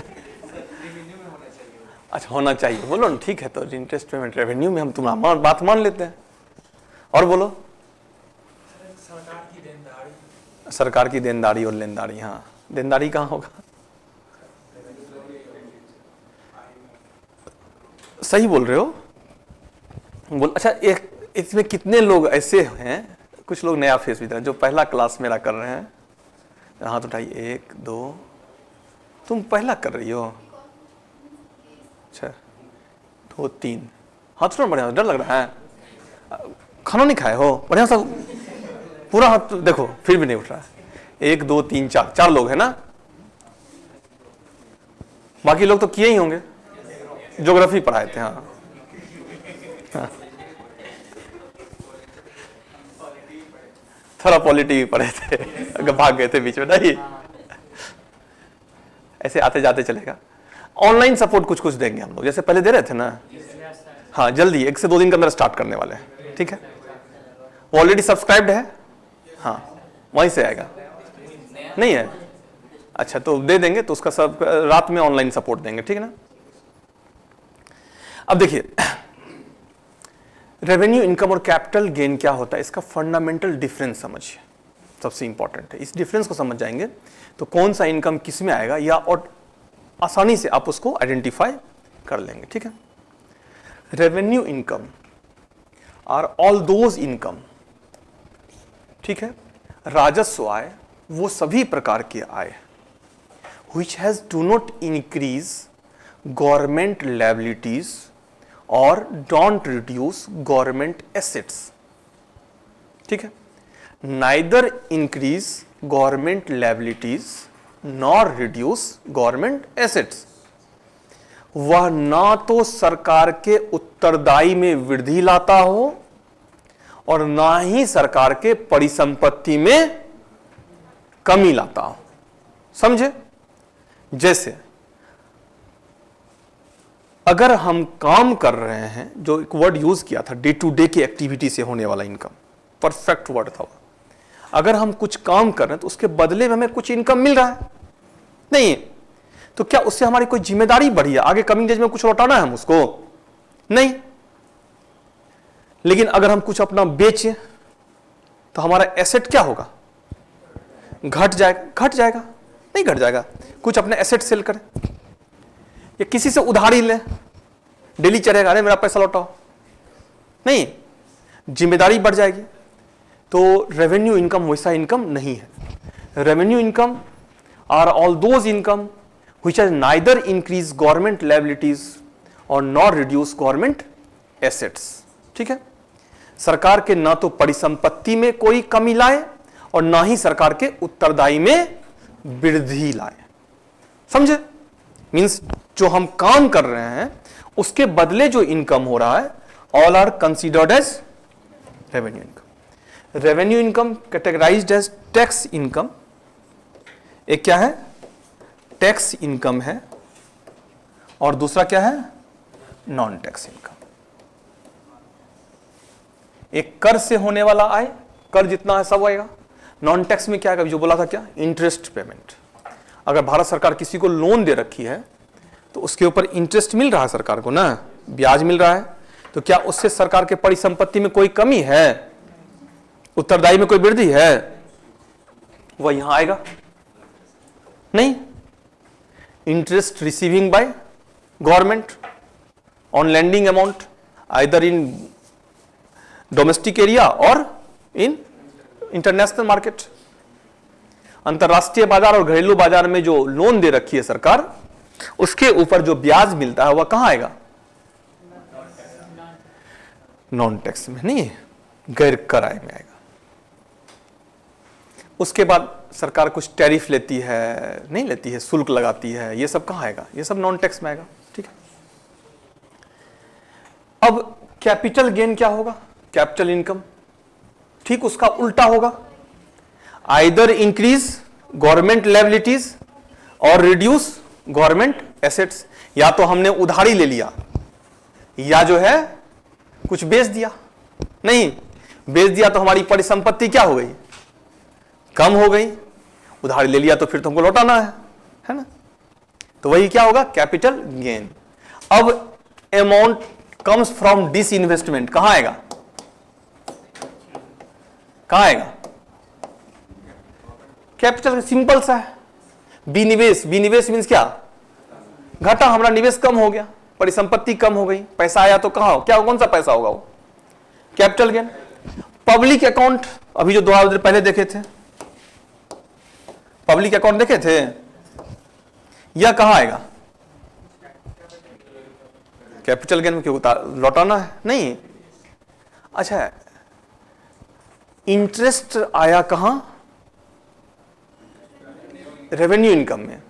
अगर उधारी लौटा रहा है कोई, रीपेमेंट ऑफ लोन, एग्जैक्टली, हाँ, एग्जैक्टली, वेरी गुड। जो प्रिंसिपल अमाउंट होगा, repayment of loan which is part of capital gain. Why? Which is decreases the asset, government assets. वह गवर्नमेंट एसेट्स को क्या कर रहा है? कम कर रहा है। लेकिन इंटरेस्ट रिसीविंग कहां रहा है? रेवेन्यू में। समझे ना? ये थोड़ा सा डिफरेंस है। प्रिंसिपल अमाउंट जो है, जो repayment of loan, part of capital gain, ऋण का पुनर्भुगतान। ऋण का भुगतान हो गया तब दूसरा इंटरेस्ट मिलेगा क्या? संपत्ति गया हमारा, तो वह कहां आएगा? कैपिटल गेन में। समझे? पूंजीगत प्राप्ति में। और इंटरेस्ट रिसीविंग कहां आएगा? Revenue income. ठीक है? सिंपल समझे। रेवेन्यू इनकम क्या है, कैपिटल गेन क्या है। अब एक्सपेंडिचर, एक्सपेंडिचर में भी क्या होगा? क्या होगा?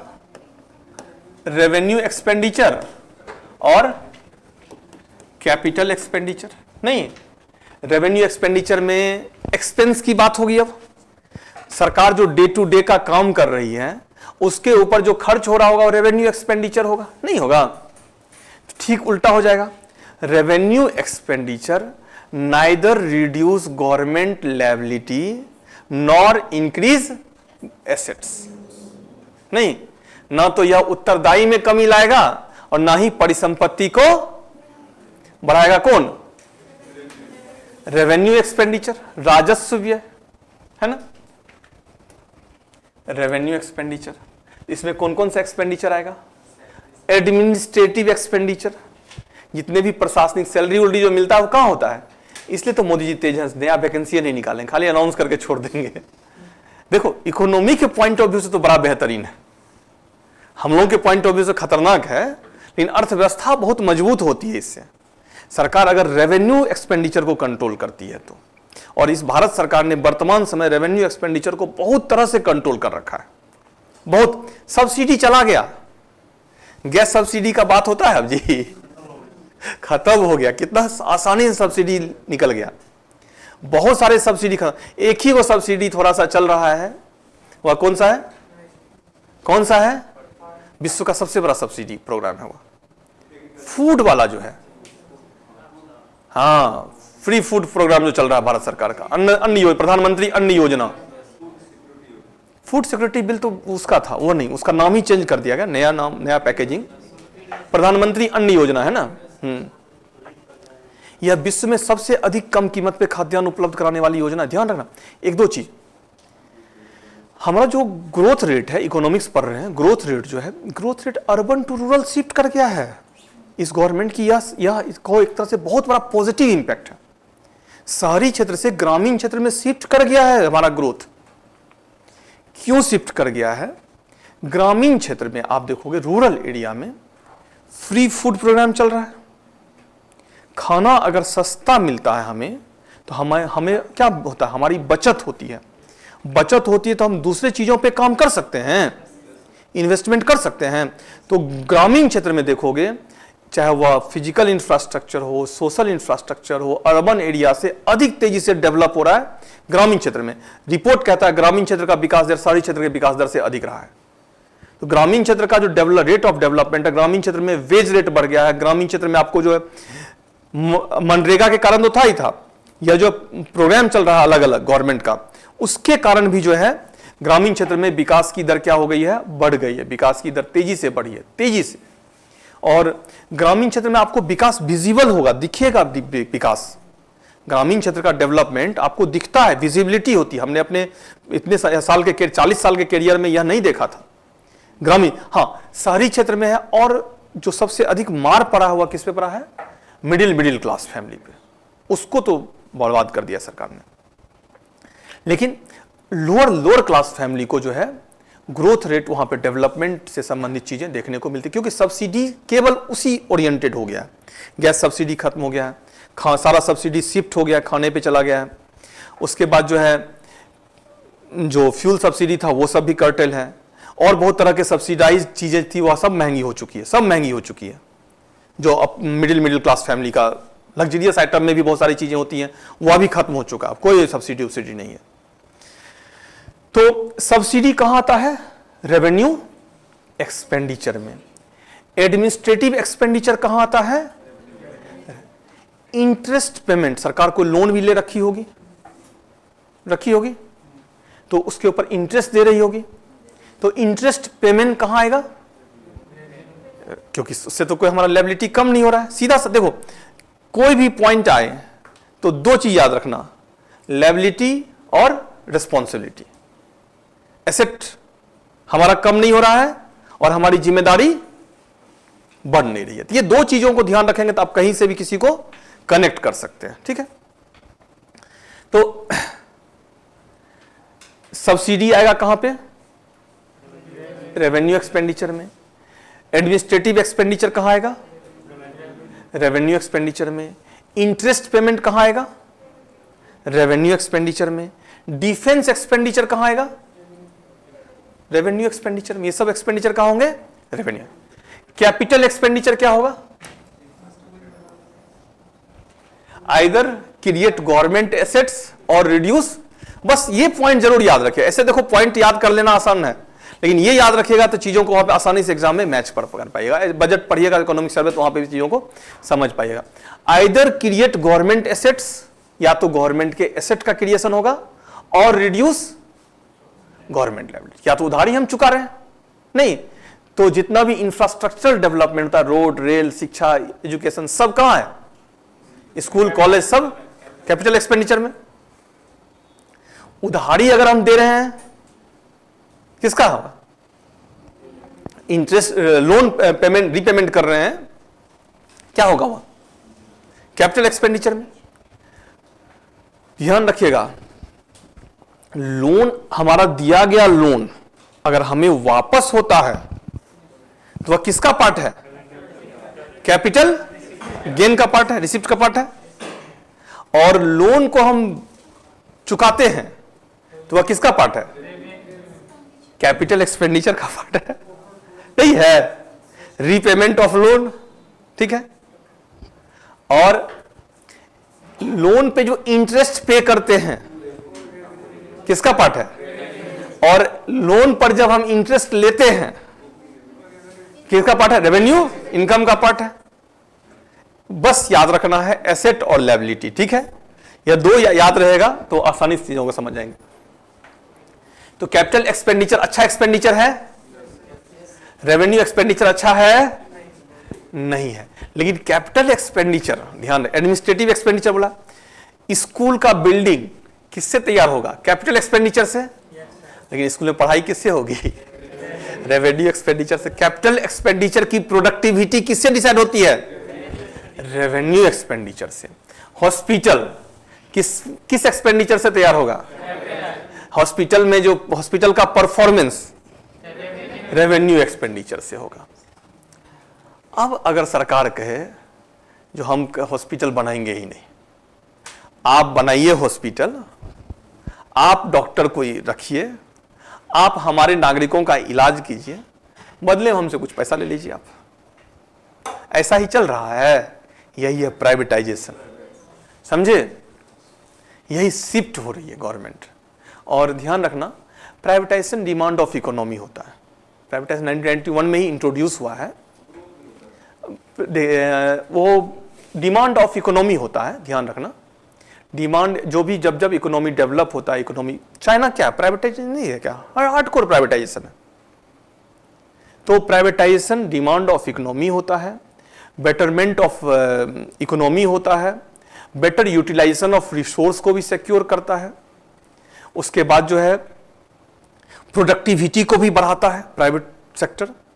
पब्लिक सेक्टर में क्या होता है? पब्लिक सेक्टर में रिसोर्स का जो है मिसयूज होता है।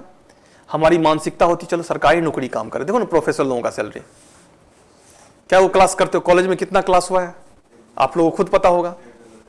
और कितना, अगर इस कॉलेज को प्राइवेटाइज कर दिया तो क्या गलत है यार? सी रिसोर्स का एकदम मिसयूज है मेरे हिसाब से, एकदम रिसोर्स का मिसयूज है। आप लोग सब कॉलेज से, गवर्नमेंट कॉलेज से पास आउट है, कितना दिन क्लास किए होंगे? कुछ लोग एक्सेप्शनल बड़े कॉलेज में होंगे तो किए होंगे, ड्यू तक में क्लास नहीं होती है। लेकिन इन सैलरी देखो, यहां पे कुत्ता जैसा भौंकता है टीचर तब देखो क्या कंडीशन होता है। ये प्राइवेट सेक्टर है, तो रिसोर्स बेहतर कहां यूज हो रहा है? प्राइवेट सेक्टर में। सीधा सा बात है, अगर ग्रोथ करना है तो हमें इन सब चीज, हाँ पब्लिक सेक्टर में अगर अकाउंटेबिलिटी लेकर के चीजों को, अगर उसमें कुछ परसेंटेज है, प्रोफेशन में भी कुछ गवर्नमेंट प्रोफेसर हैं जो अपना काम ईमानदारी से करते हैं, कुछ परसेंटेज है, लेकिन मैक्सिमम तो वही होते हैं। तो इकोनॉमी का डिमांड होता है प्राइवेट सेक्टर, और प्राइवेटाइजेशन हर एक इकोनॉमी का पार्ट है। उसी फेज से 1991 से हम लोग स्टार्ट किए हैं, वही फेज अभी चल रहा है और अभी एक्सेलरेटेड है। और सरकारें चेंज होंगी लेकिन यह चीजें नहीं बदलेंगी, क्योंकि 91 में किसके द्वारा लाया गया था वह? किसकी सरकार थी? पीवी नरसिम्हा राव की सरकार थी, समझे ना। और अभी इस गवर्नमेंट ने क्या किया? इसकी तेजी को और बढ़ा दिया है। हाँ, तो इसको जितना जल्दी हम लोग समझ लें उतना ही हमारे लिए बेहतर होगा। एकदम होता है। सरकारी नौकरी कितना एम्प्लॉयमेंट देगा? मान लो 2 लाख वैकेंसी, कितना 3 लाख रेलवे का वैकेंसी निकाला था और उसमें जो है 5 करोड़ फॉर्म गया था। 3 लाख का रिक्रूटमेंट हो जाएगा तो बाकी कहाँ जाएगा? समझे ना, ये डिमांड है इकोनॉमी का एकदम डिमांड होता है। हाँ, गवर्नमेंट जॉब का एक अपना स्टैंडर्ड है, एक अपना ये है, उसको हम लोग मेंटेन रखते हैं, लेकिन प्राइवेट जॉब का भी अपना एक तरीका है। किसमें? प्राइवेटाइजेशन में। देखो सब चीज का पार्ट होता है। क्यों सेंट्रलाइजेशन? ओपन मार्केट सिस्टम है, परफेक्ट कंपटीशन है, आज परफेक्ट कंपटीशन है। हाँ ध्यान रख, उसमें होता क्या है, इसमें गवर्नमेंट को CSR सिक्योर करना होता है। जैसे एग्रेसिव मार्केटिंग, जिसके पास अधिक पैसा होगा वही सारा कुछ ले जाएगा, एग्रेसिव मार्केटिंग, लेकिन अपॉर्चुनिटी सबके पास होता है यहाँ पे। फिर इसमें गवर्नमेंट को गाइडलाइंस, गवर्नमेंट का गाइडलाइंस इंपॉर्टेंट होता है, गवर्नमेंट किस तरह से रेगुलेट करती है वह इंपॉर्टेंट होता है, गवर्नमेंट का फेयरनेस इंपॉर्टेंट होता है। इसलिए तो लोकतंत्र में सरकारें बदलनी चाहिए, समझे, शिफ्टिंग ऑफ वेल्थ होना चाहिए, कभी इधर है तो कभी उधर है। हाँ, लेकिन privatisation is good thing, bad thing नहीं है यह, ठीक है, इकोनॉमी के पॉइंट ऑफ व्यू से। तो राजस्व आय और पूंजीगत आय समझे क्या होता है? चालू खाता, कितना टाइम हुआ जी? टाइम बताइए। 12 बज गया। चालू खाता और पूंजीगत खाता क्या होता है यह समझे। अच्छा, राजस्व घाटा और पूंजीगत घाटा, थोड़ा इसको भी समझा देते हैं, फिर आगे छोड़ देते हैं आज, ठीक है। इसको जो है कल एक क्लास लेंगे, जो पूरा सिलेबस डिस्कस कर देंगे, उसके बाद फिर देखते हैं क्या होता है, ठीक। कल भी मेरी क्लास होगी, समझे ना। देखिए घाटा, इकोनॉमी में फिस्कल पॉलिसी में दो तरह के घाटे की चर्चा आप देखते होंगे। एक होता है राजस्व घाटा, दूसरा होता है पूंजीगत घाटा। राजकोषीय घाटा एक घाटा है अलग, वो ब्रॉडर एस्पेक्ट है। दो घाटे पे हम बात कर रहे हैं। बजटीय घाटा होता है, फिर प्राइमरी डेफिसिट प्राथमिक घाटा होता है, फिर जो है इफेक्टिव रेवेन्यू डेफिसिट प्रभावी राजस्व घाटा होता है। राजकोषीय बहुत तरह के घाटे होते हैं। कॉन्सेप्ट ऑफ डेफिसिट एक टॉपिक ही हमारा है। हम दो राजस्व घाटा और पूंजीगत घाटा की बात कर रहे हैं। राजस्व घाटा, रेवेन्यू डेफिसिट, RD। राजस्व घाटा कब होगा? जब हमारा राजस्व आय, रेवेन्यू जो इनकम है वह क्या है? रेवेन्यू एक्सपेंडिचर से कम है। रेवेन्यू इनकम हमारा 100 रुपया है और एक्सपेंडिचर कितना है? 200। लॉस कितना हुआ? 100 रुपया। रेवेन्यू इनकम मीन्स क्या? जो हम काम कर रहे हैं उसके बदले जो हमें पैसा मिल रहा है वह कितना हमारा? 100 रुपया। एक्सपेंडिचर कितना है हमारा? 200। एक्सपेंडिचर में कौन एक्सपेंडिचर? खाने पीने में, जो डे टू डे की एक्टिविटी में खर्च कर रहे हैं।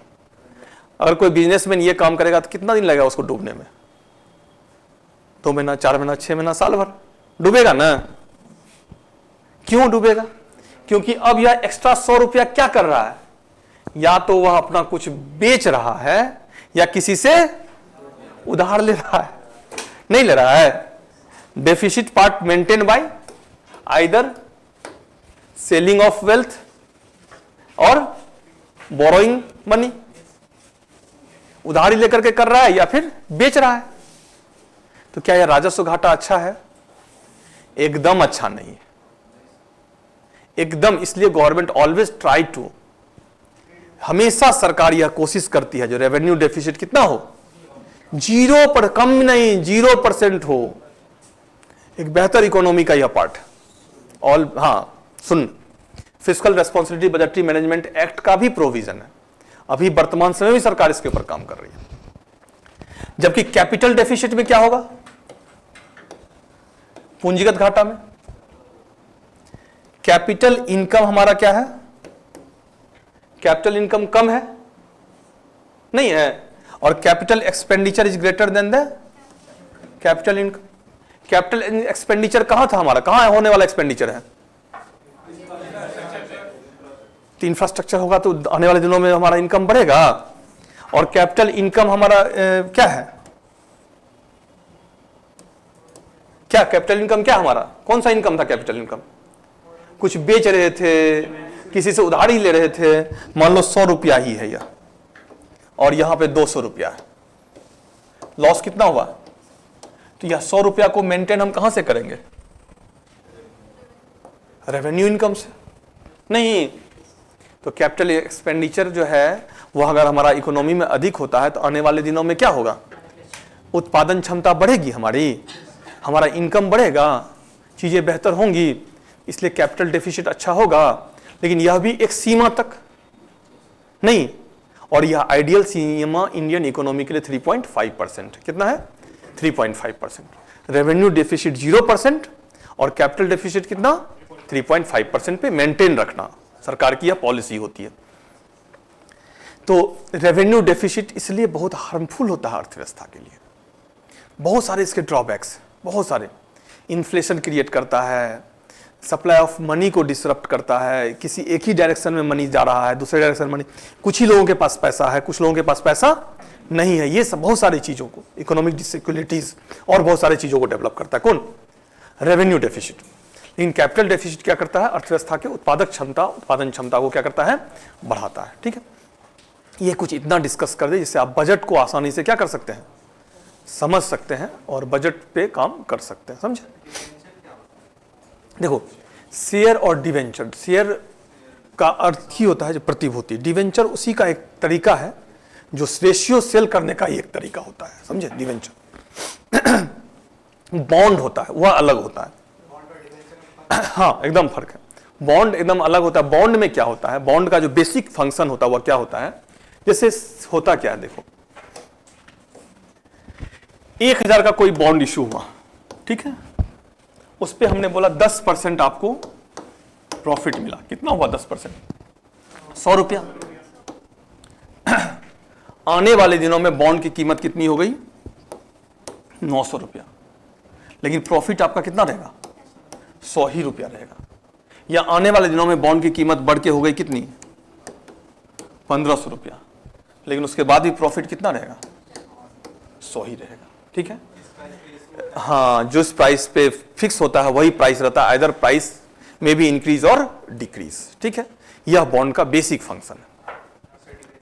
डिवेंचर बॉन्ड से ही जुड़ा हुआ मामला है। इसमें थोड़ा होता क्या है, इसमें अकॉर्डिंग टू पॉलिसीज यहाँ पे थोड़ा बहुत चेंज हो सकता है। ठीक है, अगर कंपनी चाहे, गवर्नमेंट चाहे तो यहाँ पे चेंजिंग कर, लेकिन इसमें यह चेंजिंग नहीं होता है। कौन सा? Heated currency. यह हीटेड करेंसी एक टर्मिनोलॉजी है जो कभी कभी यूज होता है। जैसे कोई करेंसी जो है वहाँ पे उस करेंसी का डिमांड होता है और उसके अकॉर्डिंग वहाँ पे सप्लाई नहीं होती है, इसके लिए वर्ड यूज करता है। बोल तो रहे हम, वो एक टर्मिनोलॉजी है जो यूज होता है टाइम टू टाइम किसी अलग अलग इकोनॉमी के लिए। ये इकोनॉमिक टर्मिनोलॉजी है, ध्यान रखना। इकोनॉमिक्स का कुछ ऐसा सेक्शन है इकोनॉमिक्स जिसमें कि बहुत सारे ऐसे टर्मिनोलॉजी हैं जो उस पर्टिकुलर टाइम पीरियड के लिए जनरेट किया गया है। इकोनॉमिक्स का यह बहुत ही बेहतरीन सेगमेंट है। सबसे अधिक प्रोग्रेसिव सब्जेक्ट अगर कोई है तो इकोनॉमिक्स ही है, क्योंकि नए नए चीज डेली उसमें क्या होते हैं? ऐड ऑन होते हैं। आईआर और इकोनॉमिक्स, आईआर से भी अधिक इंपॉर्टेंट है इकोनॉमिक्स।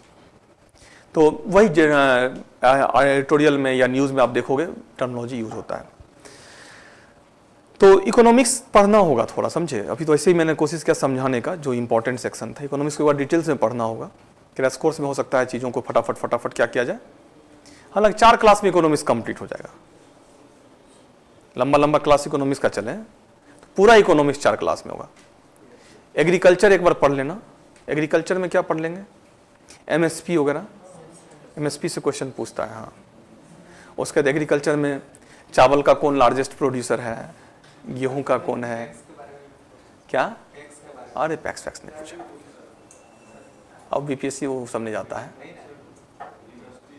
हाँ, इंडस्ट्री। कौन सा? स्लैग इन्फ्लेशन किस चीज में यूज किया गया है?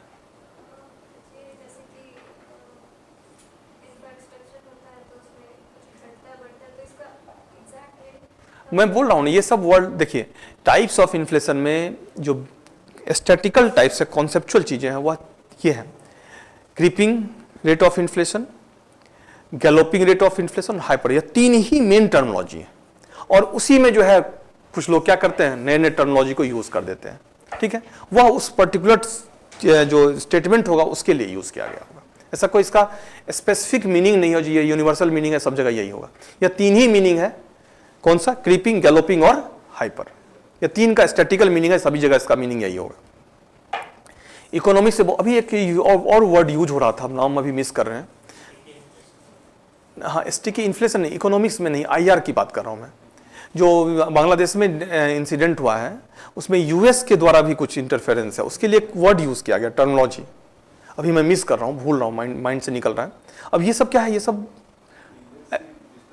यूएसए डिस्टर्ब किया है। हाँ, यूएसए के कारण, यूएसए भी अपना एक बेस चाहता है बांग्लादेश में। और देखो यूएसए बहुत खतरनाक देश है ना, भारत तेजी से उभर रहा है। भारत देख रहे हो अभी, अमेरिका को भारत समझ कहाँ रहा है, अमेरिका को भारत समझ कहाँ रहा है।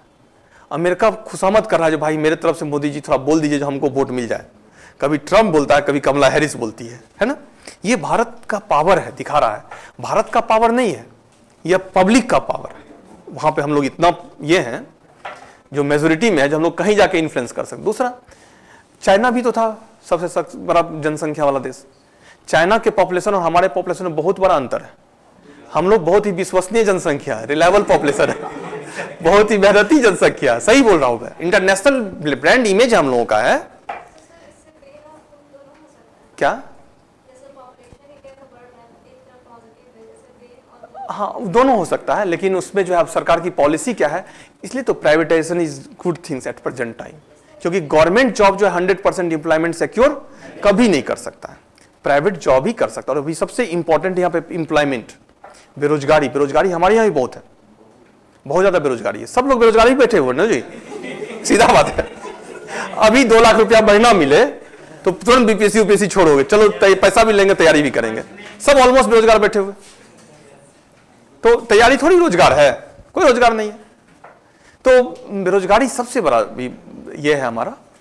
और इस बेरोजगारी के लिए सरकार जो आकर इफेक्टिव पॉलिसी नहीं लाएगी तो फिर तो जाना तय है, एकदम तय है जाना। क्योंकि बेरोजगारी बहुत इंपॉर्टेंट, और रोजगार होगा हमेशा प्राइवेट सेक्टर में। इतने लोगों को बेरोजगार जो है गवर्नमेंट सेक्टर कभी नहीं दे सकता है, वो प्राइवेट सेक्टर ही दे सकता है। Private mindset develop. हाँ, अचानक से अब 30 साल में किसी को बोलिएगा जाइए मेक इन इंडिया प्रोग्राम हम चला रहे हैं, आप इन्वेस्ट कीजिए, स्टार्टअप स्टैंड अप इंडिया, वो नहीं होता है। उसके लिए आपको 10 साल के जब होते हैं ना, उसी समय से वह माइंडसेट डेवलप करना होता है। अभी हमको कोई बोले जाके जब फैक्ट्री खोल लो, वह संभव है? ये वही बिहार के बच्चों के लिए थोड़ा सा अब धीरे धीरे सिस्टमैटिकली क्या करना होगा, चीजों को बदलना होगा। आने वाले आप लोग के लिए नहीं, आप लोग के अगले जनरेशन को। महाराष्ट्र गुजरात में देखो ना कितना फायदा है इससे, बहुत इंजॉय कर रहा है लोग गवर्नमेंट की पॉलिसी से, बहुत फायदा ले रहा है। हम लोग कुछ नहीं ले रहे हैं क्योंकि हम लोग का माइंडसेट ऐसा नहीं है।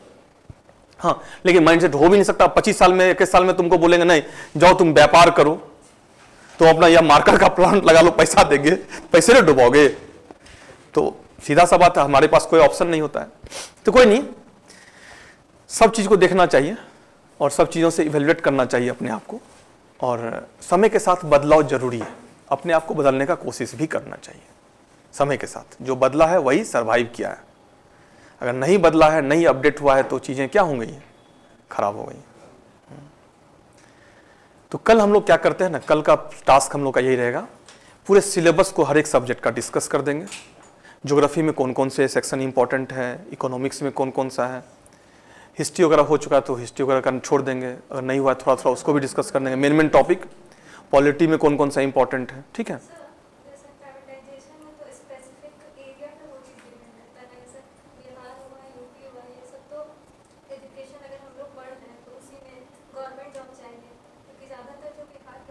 हमारा बोल तो मैं वही रहा हूं, जो अब अभी आपको बोला जाए आप जाओ स्टार्टअप इंडिया के लिए काम करो, तो क्या करोगे आप? आपके पास कोई ऐसा स्किल है? आप हिस्ट्री बहुत अच्छा जानते हो, ज्योग्राफी का बहुत अच्छा, और पंखा खराब हो गया, ठीक करो तो संभव है? नहीं है। इसके लिए फ्रॉम द बिगिनिंग, स्टार्टिंग से ही, वही मैंने बोला, अगर 10 साल के एज से ही, और न्यू एजुकेशन पॉलिसी में आ चुका है, ये चीज आ चुका है। नहीं, एकदम नहीं सही है, अभी नहीं सही है। अभी गवर्नमेंट को उसके लिए पॉलिसी बनाना पड़ेगा, जो है उसको उसी के अकॉर्डिंग डेवलप करना होगा। चीजें देखो, स्किल डेवलपमेंट ध्यान रखना है। गवर्नमेंट जॉब किसी भी कंट्री में जो है एम्प्लॉयमेंट सिक्योर नहीं कर पाया, जाके डेटा देख लीजिए आप सभी कंट्री का, वर्ल्ड के किसी भी कंट्री का। अगर सिक्योर किया है तो वह कौन सा किया है? प्राइवेट जॉब ही किया है। और प्राइवेट जॉब के लिए जो है हम अचानक से तैयार नहीं होंगे। प्राइवेट जॉब एक माइंडसेट का भी गेम है। अभी काम्या मिश्रा आईपीएस है, रिजाइन दे रही है, और वह क्या कर रही है, उसका सही स्टेटमेंट है, गलत नहीं है, फैमिली बिजनेस। उसको दिख रहा है जो बिजनेस में अधिक आसान है।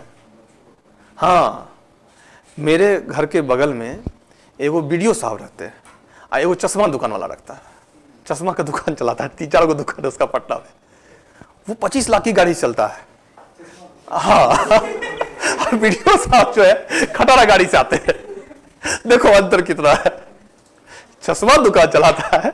हाँ अलग बात है वीडियो साहब का सोसाइटी उस जगह पे इज्जत है, रेस्पेक्ट है, चश्मा दुकान वाले का इज्जत, लेकिन इनकम कहाँ है? तो लेकिन यह माइंडसेट का खेला है। वीडियो साहब को अपने इमेज से रेस्पेक्ट है, उसको अपने पैसे से रेस्पेक्ट है, पर्सन टू पर्सन डिफरेंस।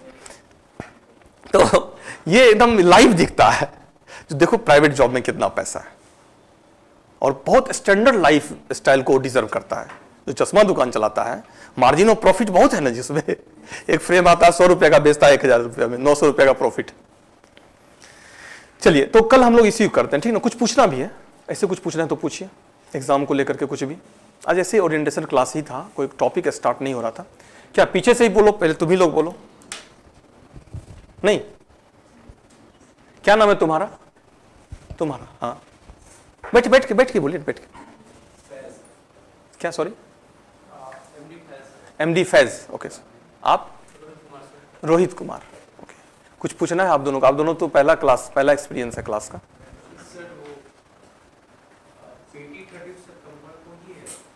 अभी कुछ नहीं है, वो डेट आगे बढ़ना है इस बार, क्योंकि मेंस का रिजल्ट नहीं आया है, डेट थोड़ा आगे बढ़ना है।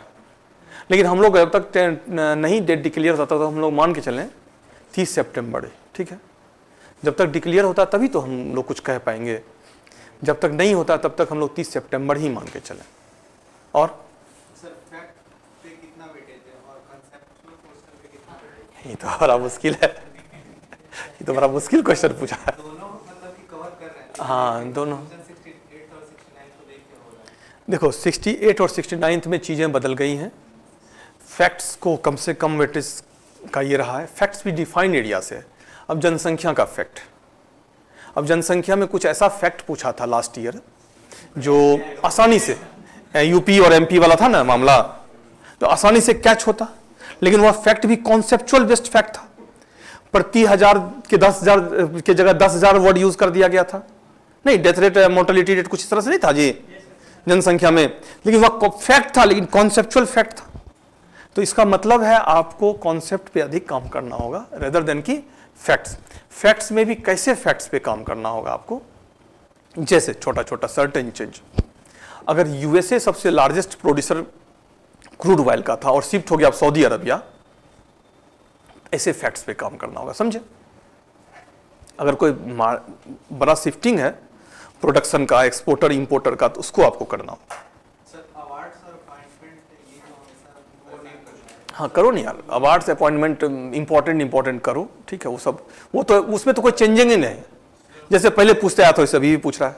उसका वेटेज कैसे चले मान के 1-2 क्वेश्चन तो रहता ही है ना, 1 से 2। सब्जेक्ट वाइज ना जैसे वेरी करता है, जैसे कि अब साइंस में है तो वहाँ केमिस्ट्री और ये फिजिक्स में हम कंसेप्ट उतना अप्लाई नहीं कर सकते हैं, लेकिन वही हिस्ट्री का बात आता है तो जैसे सीक्वेंस ऑर्डर हाँ तो करना पड़ेगा ना उसको, एकदम करना पड़ेगा, एकदम करना। सब्जेक्ट टू सब्जेक्ट वेरी करता है। और दूसरा एक चीज और मैं बता रहा हूँ, कुछ लोग कॉन्सेप्ट फैक्ट्स के आधार पे कॉन्सेप्ट तैयार करता है और कुछ लोग कॉन्सेप्ट से फैक्ट तैयार करता है, जो पर्सन टू पर्सन चेंज करता है। इसका कोई यूनिफॉर्म अप्रोच नहीं होता, ध्यान रखना। 2-3 चीजों के लिए एकदम आप लोग कंफ्यूज मत कीजिएगा। लोग सब भी यूट्यूब चैनल में बड़ा कंफ्यूज करता है। मैं 12 घंटा पढ़ता था, मैं 14 घंटा, मेरी कैपेसिटी 6 घंटा पढ़ने की, तो मैं 12 घंटा कैसे पढ़ लूंगा? नहीं है। आप लोग अपने क्षमता के अनुसार पढ़िए टाइमिंग का, ठीक है। टाइमिंग का एक हमारा स्टैंडर्ड फॉर्मेट होता है जो सबके लिए लागू होता है। सुबह का 6 बजे से लेकर के 9 बजे तक का टाइम बड़ा अच्छा होता है, नहीं होता है? क्योंकि हम लोग बचपन से उसी मानसिकता से पले हैं, उसी मेंटेलिटी के साथ हमारा बायोलॉजिकल क्लाउड डेवलप हुआ है। 11 बजे रात तक हम बड़ा अच्छा से पढ़ सकते हैं। 11 बजे बाद के बाद धीरे धीरे दिमाग बंद होना, क्योंकि ये क्यों है? ये हो सकता था हम रात भर पढ़ सकते थे, लेकिन चूंकि हमारी परवरिश उस माहौल में नहीं हुई है। हमारी परवरिश हुई 11 बजे रात तक पढ़ लो, जल्दी सो जाओ, सुबह जल्दी उठ जाना, ठीक है। तो चूंकि उस तरह का एक माइंडसेट है, तो ये 2 टाइम बड़ा इंटरेस्टिंग होता है, सुबह का और एक दूसरा शाम का। शाम का दोपहर में 10 मिनट का पावर नैप जरूर ले लीजिए। 1-2 बजे पढ़ने के बाद जो है ना, थोड़ा सा आराम से 2 आधे घंटे का, अधिक नहीं, अभी नहीं जो 3-4 घंटा बारिश हो रही है, चादर ओढ़ लिए, फैन चला लिए, एसी चला लिए, सो गए, नहीं।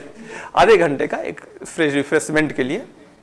और जो है तुमको बताऊं, जब मैं बाहर क्लास ले रहा होता हूं तो दिन भर क्लासेस होती हैं, तो दोपहर में क्या करते हैं हम, ऑफिस में चैम्बर में ही लंच करते हैं और ऐसे आंख बंद कर लेते हैं और 5 मिनट हम सो जाते हैं, एकदम डीप नींद, डीप स्लीपिंग होता है हुआ, 5 मिनट का ही रहता है और अपने आप फिर उठ जाते हैं और उसके बाद रिफ्रेश हो जाते हैं और फिर 6 घंटा पढ़ा देते हैं। क्योंकि वो 5 मिनट का जो पावर नैप है ना, वह फिर से हमारे माइंड को तैयार कर देता है। वो 10 मिनट आधा घंटा का जरूर कीजिए आप लोग भी, ठीक है। उसके बाद शाम में जरूर पढ़िए। शाम का जो है 3 बजे के बाद का टाइम जो होता है ना, जब आराम से फ्रेश हो जाते हो, 3 से 5-6 बजे का टाइम बड़ा इंटरेस्टिंग टाइम होता है पढ़ने का। फिर 6 बजे थोड़ा घूम फिर लीजिए, शाम का टाइम है। 7-8 बजे आइए, बैठ के पढ़िए, 8 से 10-11 बजे तक पढ़िए, फिर खा पी के सो जाइए। ऐसे ही 7-8 घंटा रेगुलर, खाली कंटिन्यूटी रहना चाहिए पढ़ाई में, समझे। और सिलेबस को डिफाइन कीजिए, सिस्टमेटिक ऑर्डर में चीज़ों को क्रोनलाइज कीजिए। ये टॉपिक ही हमें अब पढ़ना है। अब हमको बहुत सारा टॉपिक में डाइवर्सिफाई, एक टॉपिक को ही हमें बार बार पढ़ना, ना कि 4 टॉपिक को अलग अलग तरह से लेना है, इस कारण से जो पढ़ा हुआ वो भी भूल जाए। क्योंकि अब टाइम कम है तो सिस्टमेटिक ऑर्डर में फिर एक स्ट्रेटेजी बनाइए, short term, middle term, long term strategy, कम समय के लिए। आज हमको इस वीक में हमें क्या क्या तैयार कर लेना है, इस मंथ में हमें क्या क्या कर लेना है। फिर बिफोर द एग्जामिनेशन हमको 7 दिन पहले सिलेबस का हमारा कितना पोर्शन तैयार हो जाएगा, ये सब अपना अपने हिसाब से बनाइए। इसमें कोई एक दूसरे का कॉपी नहीं कर सकता, कॉपी करेगा तो फंस जाएगा। तो ये सब चीज़ें जो है एक स्टूडेंट अपने विवेक से और अपने इंटेलिजेंसी से तैयार करता है।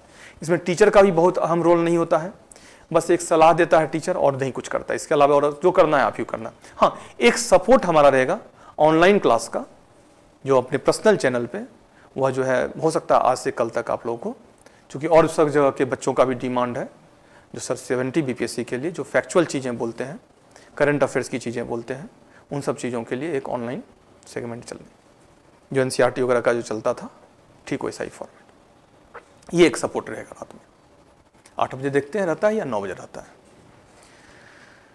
और कुछ क्या? हाँ, करंट का भी हो सकता है, करंट भी रहे, हाँ सब कुछ रहेगा उसमें। उससे फ़ायदा होगा, उससे आपका सक्सेस रेशियो बढ़ जाएगा, ठीक है। ज्योग्राफी वाला कितना लोग किए थे, फ़ायदा हुआ था? NCERT चीज़ें क्लियर होंगी, इसमें फिर से क्लियर होंगी। इकोनॉमिक्स, पॉलिटी वगैरह सब करवा देंगे, ठीक है। हिस्ट्री फटाफट 2-2, 3 दिन, 4-4 दिन में सब सब्जेक्ट जाओ। करंट अफेयर हाँ 3-4 दिन में फटाफट करवा देंगे। बाद में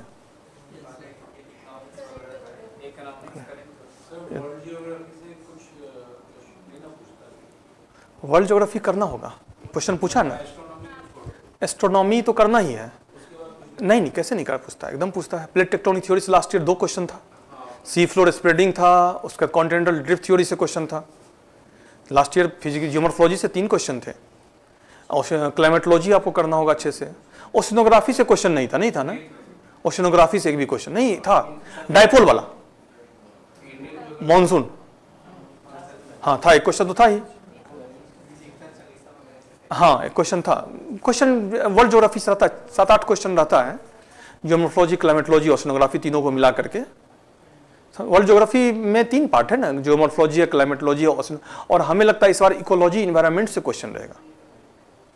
जिस तरह से एग्जाम का पैटर्न चेंज हो रहा है, तो इकोलॉजी वाले सेक्शन से आपके एग्जाम में क्वेश्चंस बढ़ सकते हैं, ठीक है। तो उसको भी एक बार देखना होगा। टेस्ट हाँ साइंस टेक वाले में, हाँ कंप्यूटर वाला जो है अभी भी फिर से एक बार आएगा, ठीक है। हाँ ज्योग्राफी में थोड़ा बांग्लादेश का बॉर्डर तैयार कर लेना। बिहार के किस किस जिला से बांग्लादेश का बॉर्डर मिलता है, समझे, वो सब अभी नया इशू है, जरूर एक बार मैप पे तैयार कर। हाँ बिहार के जिला से भी कुछ मिलता है ना, पश्चिम बंगाल से। हाँ पश्चिम बंगाल के सिलीगुड़ी वाला जो है वो पश्चिम बंगाल में, हाँ बिहार में, सॉरी नहीं, हाँ सिलीगुड़ी पे देख रहे कुछ डिस्टर्बेंस चल रहा था।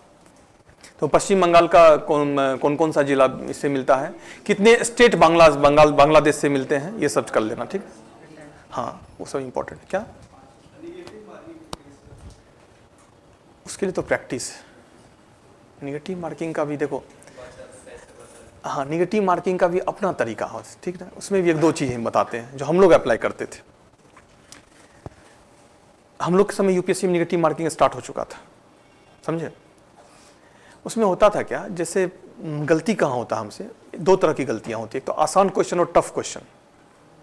आसान क्वेश्चन में हम लोग बढ़िया से पढ़ते नहीं हैं, हाँ, ट्रू और फॉल्स में गलती कर बैठते, तो वहाँ पे थोड़ा सा आपको अपने आप में कंट्रोल, हाँ, स्थिर से बनाना है। दूसरा गलती कहाँ होता है, हम बनाए पहले बार में हमने ए ऑप्शन दिया, फिर कुछ देर के बाद हम उसी क्वेश्चन को देख रहे तो नहीं यार ये गलत होगा, इसका सी ऑप्शन अधिक क्लोज लग रहा है। यह बनाता है या IQ टेस्ट है आपका, हाँ, और फिर जब एग्जाम हॉल से निकलते हैं तो अरे यार पहले जो मारे थे वही मेरा सही था, बाद वाला गलती हुआ है ना। तो ये चीज कर, हाँ, ये चीज कंट्रोल है, ये नेचुरल है। ये देखो वो बनाता ही इस तरह से, देखो जब ट्रू फॉल्स वाला होगा तो पहला ऑप्शन जो होगा, जो सही ऑप्शन नहीं है, लेकिन पहला ऑप्शन जो लिखा होगा वही लगेगा जी सही आंसर होगा। और हम लोग पढ़ते हैं और साथ देखो वहां तो दिमाग काम करता है, क्वेश्चन के साथ साथ ऑप्शन भी देख रहे होते हैं। दो तरह से काम करता है दिमाग, माइंड हमारा। एक बार क्वेश्चन पढ़ रहे होते हैं, दूसरे आंख से हम ऑप्शन भी देख रहे होते हैं, एकदम नेचुरल है ये। और हमको दिखता है पहला ऑप्शन, क्वेश्चन को लास्ट तक नहीं गया और पहला ऑप्शन दिखा और गलती करके आ गया, है ना। तो यही थोड़ा ये सब प्रैक्टिस का पार्ट है और कुछ भी नहीं है, इसका कोई फॉर्मूला नहीं है। यह आप अपने इंडिविजुअल लेवल पे सब लोग प्रैक्टिस कीजिए और हर एक टेस्ट के बाद अपने आप को ये कीजिए, मैंने पहले ही बोला था, हाँ, कहाँ गलती किए थे उसका शॉर्ट एनालिसिस कीजिए, कहाँ गलती किए थे, कहाँ हम और बेहतर कर सकते थे। तो यह जितना अधिक से अधिक अभी कीजिएगा उतना ही एग्जाम में क्या होएगा, बेनिफिट रहेगा। हाँ, क्योंकि यार 2 घंटा में क्या नॉलेज टेस्ट करेगा यार, 2 घंटा में कोई किसी का नॉलेज टेस्ट कर सकता है? केवल और केवल आपके व्यक्तित्व का टेस्टिंग होता है, आपके प्रेजेंस ऑफ माइंड का टेस्टिंग होता है, कुछ भी नहीं होता है। इसलिए कुछ बच्चा कम पढ़ के भी रिजल्ट ले लेता है और कुछ बहुत पढ़ने के बाद भी, और किसी किसी का दुर्भाग्य इतना होता है 2 मार्क्स 4 मार्क्स से देखोगे पिछले 3 बार से छूट रहा है, और अधिक नहीं 2 मार्क्स से ही 3 मार्क्स से ही, क्योंकि वही उसका एक बेंच मार्क हो जाता है उसके इंटेलिजेंसी का। और जब तक उसको अपने इसमें अमूलचूल परिवर्तन नहीं कर देगा तब तक उसका नहीं होगा। तो यही छोटा छोटा करेक्शन करना है। तो टेस्ट लास्ट कब हुआ यहाँ पे, कैसा था टेस्ट का? अगला टेस्ट कब है? अच्छा, हम टेस्ट वाला क्वेश्चन देखते हैं कैसा है क्वेश्चन, और फिर कल उस टेस्ट के थ्रू डिस्कस करते हैं। तो ठीक है, कैसे करना है। क्या सब क्वेश्चन को अरेंज कर देते हैं पॉलिटिक्स वाला, उसी से हमको बताइएगा किस तरह का क्वेश्चन आता है। कल हम सिलेबस पहले बता देंगे, ठीक है, उसके बाद फिर बता देंगे। चलिए आज रखते हैं यहीं पे, कल मिलते हैं, ठीक है।